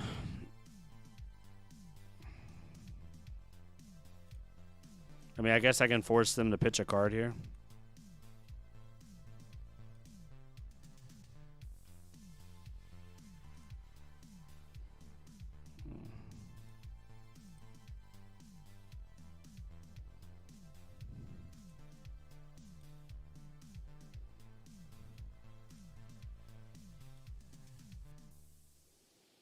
No, it's not McGinty here. You could play McGinty just for the value at the end of this chain. But I think the best play here is play Bonds, go get a Bonds. Or go get a Tempest, play Bonds for Bonds, and then play Bonds for Gust Wave. So we go get a Tempest here.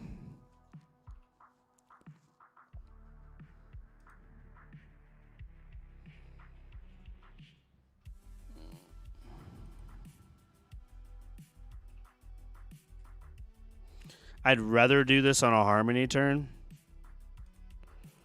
but this is pretty good value.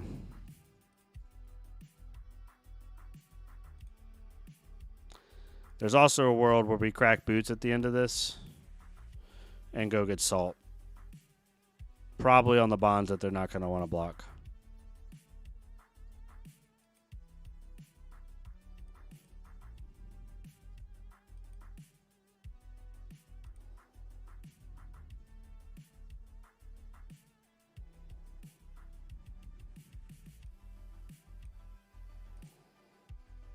And now we can play McGinty here.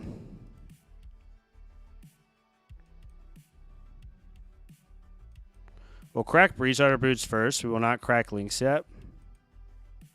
Because we're not going to block both of these.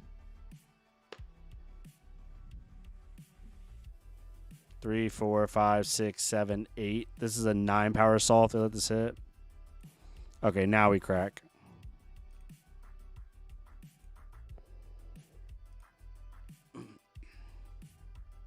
All I heard was Bond sound right?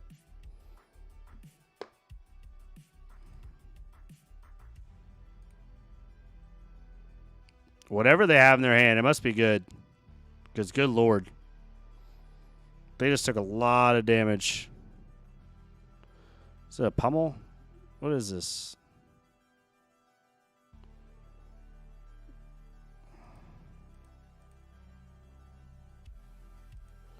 They got to have something else in their hand. There's no way that they don't.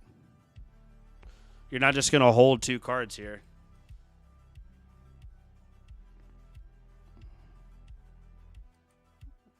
Nice.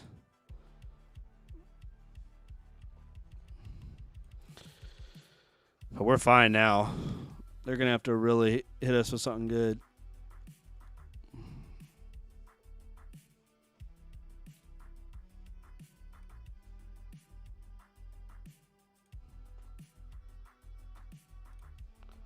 See if we can...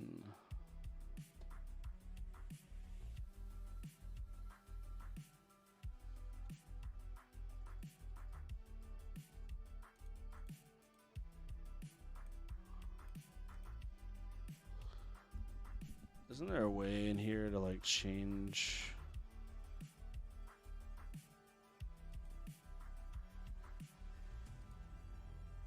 Yeah, there is. Sick. That's a big hammer.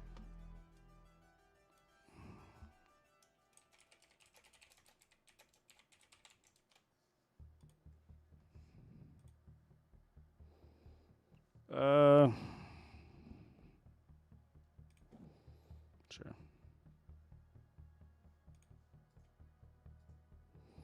Get rid of 2 cards. Swing the 100 wins.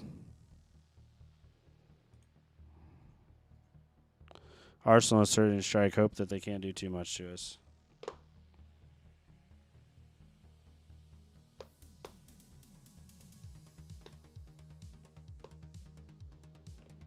Yeah, it was just no way. There's no way they would hold 2 other cards in hand there on that big turn and not have something to follow it up. We got rid of 2 cards on a nothing but a 3 power 100 wins. They do have 5 might though. 5 might's gonna hurt.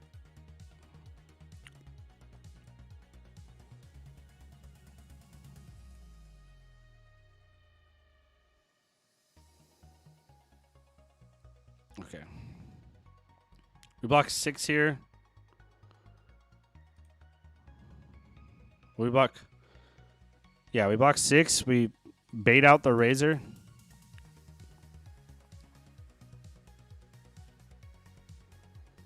Yep.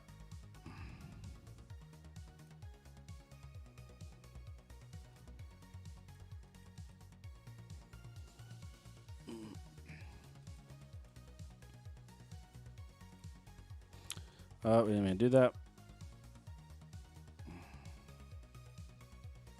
This is not ideal, but I need to force some damage.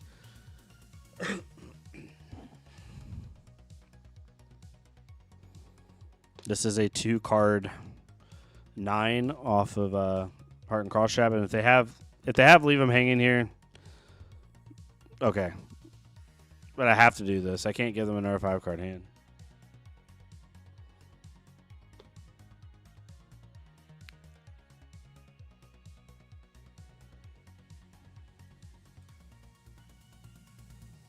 Okay.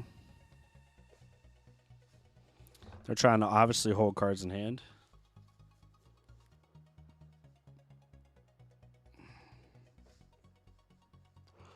They can't really effectively block this.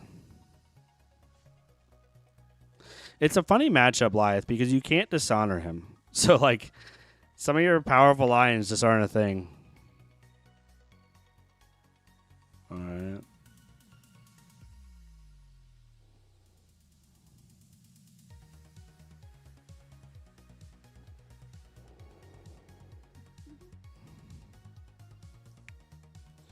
Don't think we block here.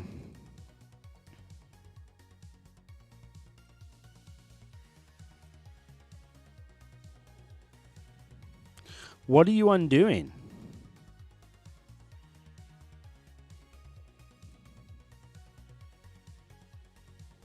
You can do that on the back end. Wait. Oh, they did that to get the 3 orders. Okay, that makes sense.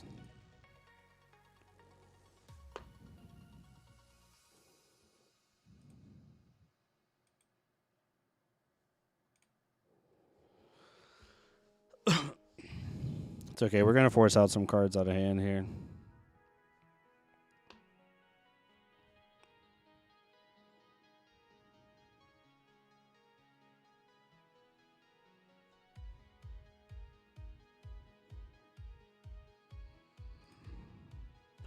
I'm going to force it. Yeah, I'm forcing the Goliath here. Now they got to give me 2 cards.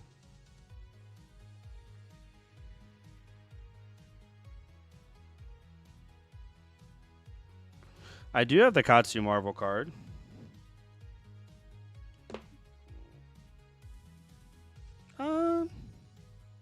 It's close. I'd say it's more out at his thigh, because his knee's like right there. Unless you're seeing something I'm not.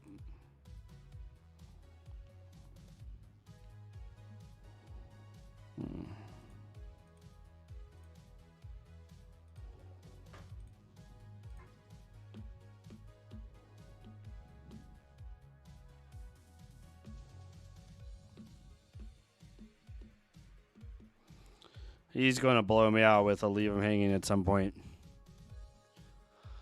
But if he does leave him hanging, it takes 2 cards out of his hand, and he still has to block. Well, he can block with Rampart.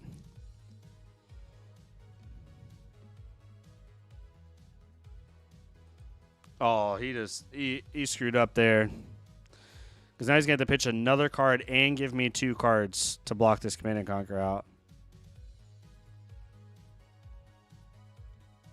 Yep. Now he's got to give me at least 2 cards.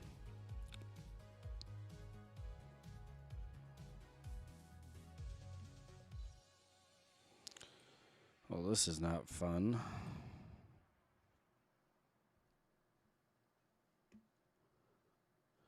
They are somewhat resistant to being Kadachi. I wouldn't say they're fully resistant to being Kadachi though, because you're still gonna leak a little bit. Man, they just gave up there. Oh, they had to leave them hanging in Arsenal for a minute. We dealt 35 on that one turn, and then they came back. That was on turn 3, so their turn 4. They came back with 10 damage. That was a dumb move on their part. But that's what people do against Katsu. And Katsu is the ultimate, like, you want to make a blocking mistake? Okay, well, he's going to make you pay for it. God, what is with all these Marlins? What are we doing here? I don't feel like I'm going to see a lot of Marlins at my RTN. I could be wrong, though.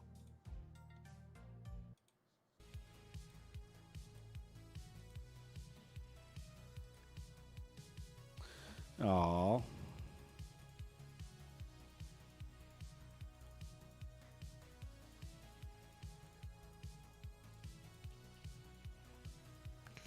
Ooh, the mirror.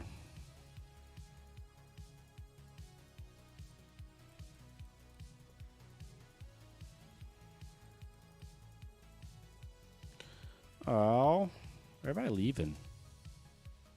How can you play Katsu and not want to play your mirror?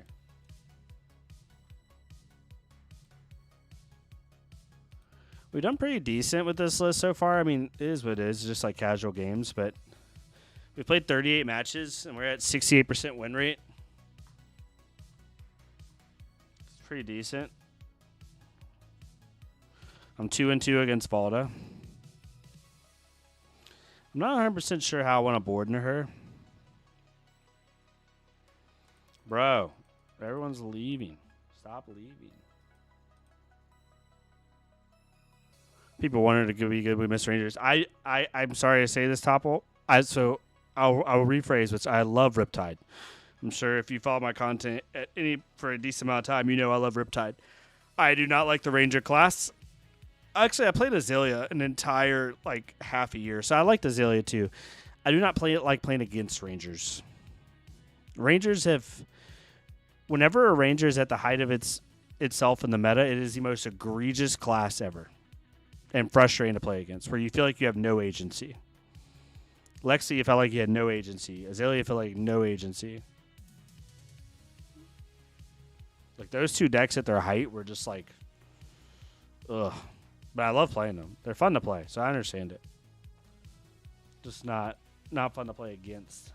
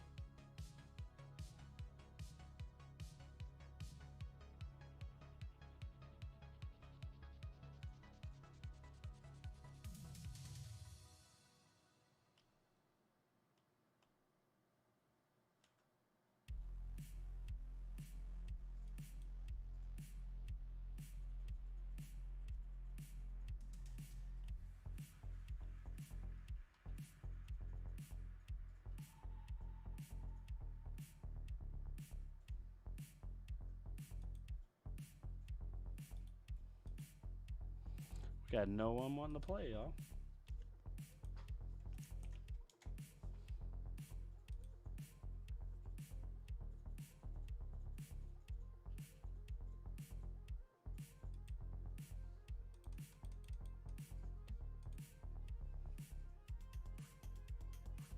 Oh yeah, Mario's rough right now. I agree with you, Topple. I agree with you. I think that's just been the game in general, and I'm not gonna get overly negative about it. You know what I mean? It's no point. But you know, the player agency has gone down since part the misfail. Part the misfail was 100% the most egregious, but overall player agency has gone down for sure. Oh god, I gotta play this mirror. Okay, we gotta think through this. Let's not let them filter. Not let them filter. Not let them fill grave. It's damage. We don't care about Kadachi damage.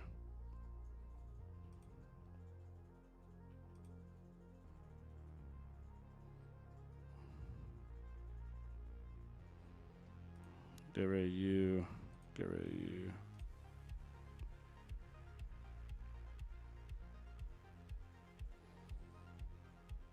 Since Rosetta too, I'm saying from part the misfail until now. Like part the misfail, you had zero agency. If LSS wouldn't have basically stepped in and changed the entire game, all three of those healers would have LL'd in less than a year.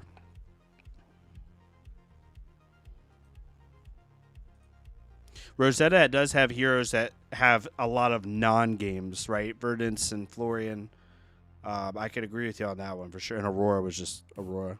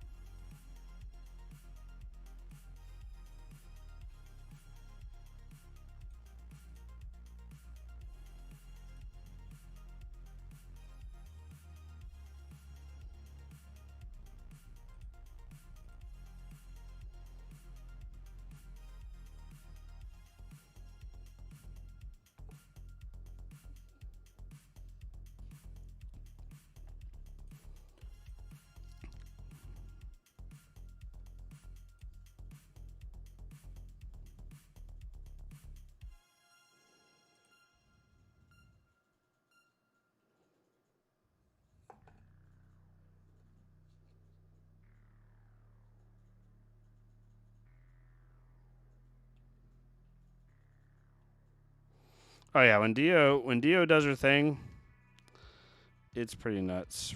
I agree with you on that one. I don't think we need to activate links right now.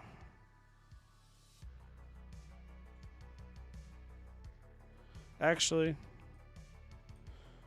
we're gonna do it here. Let's do this. Let's do Tempest. Wait, what? Wait, what? Oh, I'm an idiot. No, we don't want to do that. I totally forgot. It has to be a combo card. This is what happens when you talk and play at the same time. You do stupid things that you've never done in your life. Super Slam was the first set in a while where heroes feel novel and not just exponential number simulator. I agree. The problem with Super Slam, is just it's not, it felt bad. Like the heroes are fun, but they just weren't powerful. Now I think KO Underhand, Cheat, and Lyeth are starting to come into their own, but the problem is Gravy's in the format, and as long as Gravy's in the format, you're never gonna have it so much.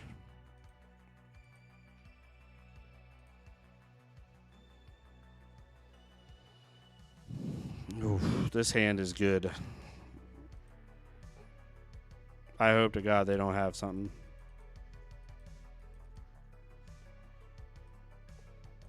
We're not blocking this.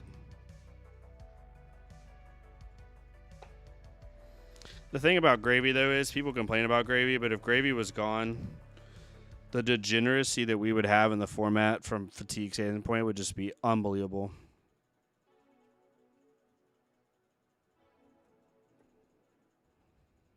Before Misfail, I think I would agree with you, yeah. Like, if we would have went heavy hitters in the Super Slam, oof, that would have been sick.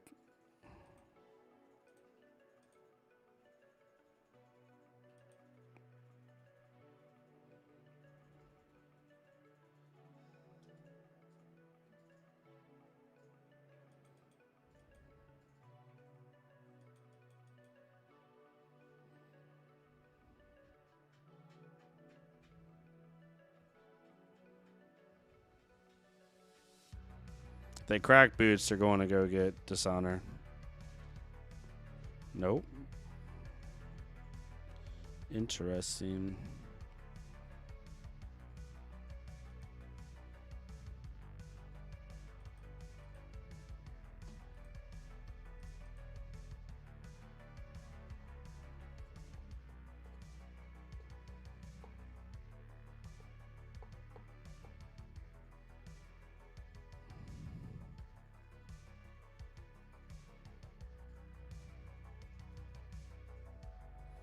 That's annoying.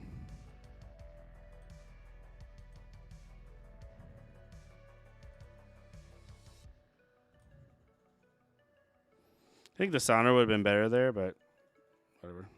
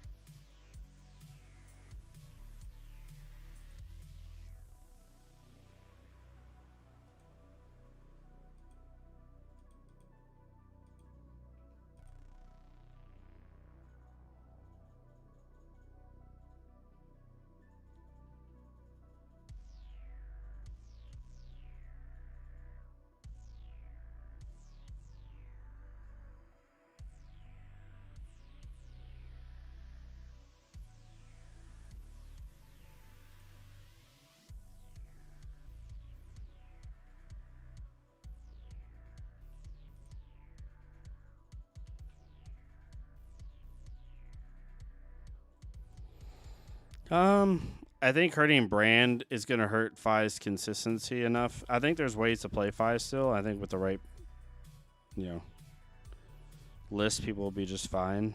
But I think there's too much volatility. There's too much volatileness in the format for Fi. I could be wrong though.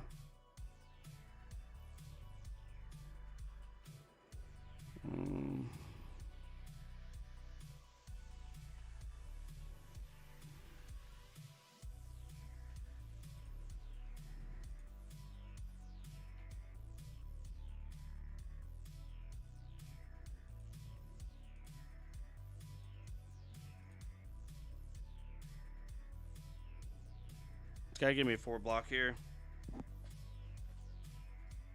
He doesn't. Yeah. Yep.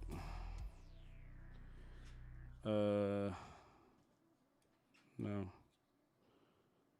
Yes. We should have one more bonds. Yep. I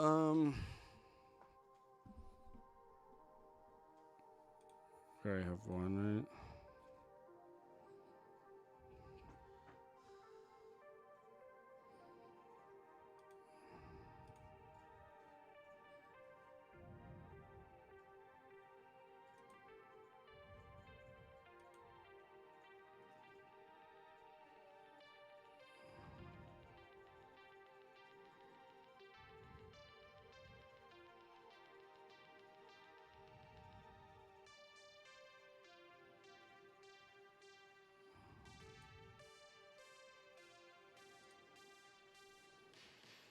He must have a natty line, which really sucks.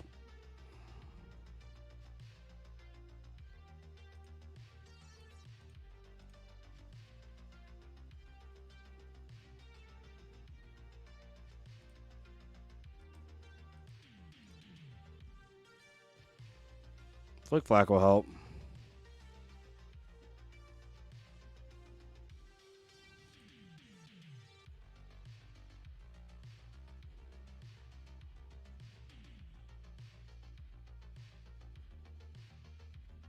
Pitching to McGinty's interesting.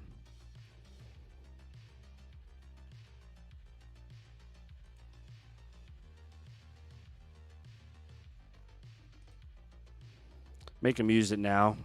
He's going to use breaking skills. That's fine. But it's going to force him to use it now.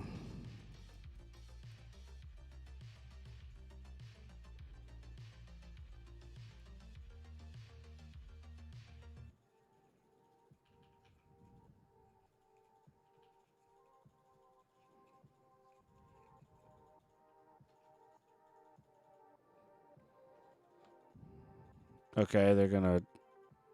He's going to loop. He does have a bonds in our song. Okay. So now we got to make him see if they can kill us here. 4, 8, 11, 16 right now. It's not overly hard, I think, Topple. I think the interesting thing is you need to fatigue by damage, not by just blocking. Because if you give a Katsu enough time, it's the Kasai issue, really. Like, Kasai is favored in the Katsu, I think. But if Kasais are a little bit too defensive and take too long, then they will give them too long, and they'll set up like a 30, 40 damage turn. And it just becomes really hard for them.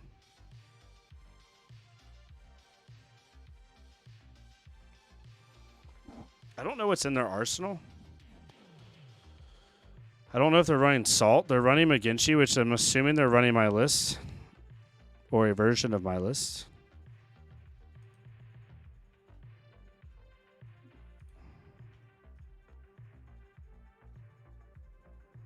Now, I don't know if they took Salt out.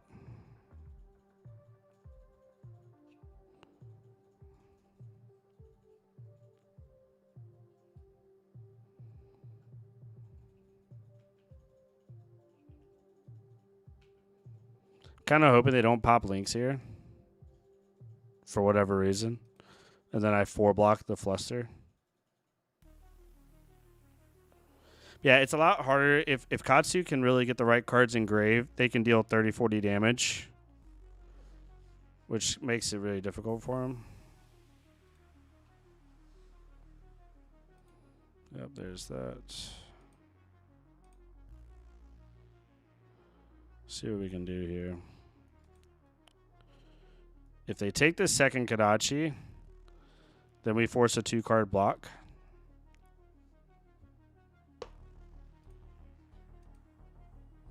The Visalderson and his 2 bonds is they haven't seen a Surgeon Strike though.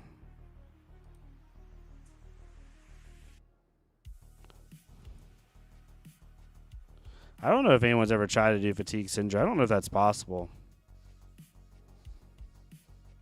I think Phi just does that better. If you're wanting to do like a Fatigue Draconic, I think Phi is just better at. You do Kadachi Phi with all the 1-for-5s, including the Draconic 1-for-5s.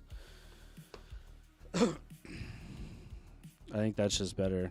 Okay. Did you just forget about breaking skills when you're a Katsu? I find that very, very funny. Or they just said, I don't care.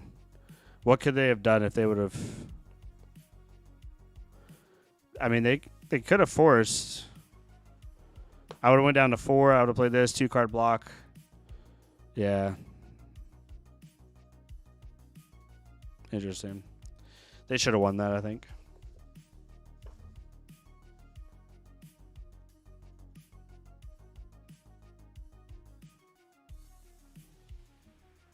All right, y'all. We've been going for about 2.5 hours. Been pretty good. I think I'm going to go chill for a little bit. I think I'll Reagan play some games off stream, really try to focus and hone in on this list.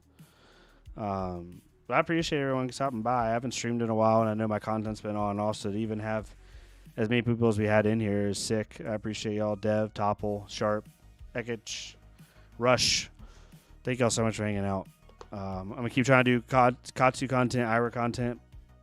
I could see a recurring 1 for 4 being an amazing late game solution. True. No, I agree. Yeah, thank y'all so much for hanging out. I really appreciate y'all. I'm gonna try to stream a little bit more. Now that I'm doing like mostly ninja content, like it's hard to consistently make 15 videos a month when you're doing like just ninja content. So I'm gonna try to supplement that with some streaming. You can run AB3 in Advanced TCG. I just think you're better off on COD. If you're talking about Katsu, you're better off as trying to kill her. Like AB3, if you go slow in Advanced, she's gonna kill you. You could potentially against Ira, but I still think being aggressive is the play in Everdance, not necessarily trying to prevent her, because she's gonna kill you with tree. She's gonna kill you with rampants if you give her the time. So that's kind of how that is. Yeah, thank y'all so much for hanging out. Really appreciate y'all. Definitely check out my video today. I did a fun video where I made some Ira cards for Edge of Autumn that I think would be cool additions that we could see in the future just for fun. Just put on my dev hat for a minute. But yeah, thank y'all so much. Hopefully y'all have a good rest of your night. Be kind to each other. I'll see y'all next time.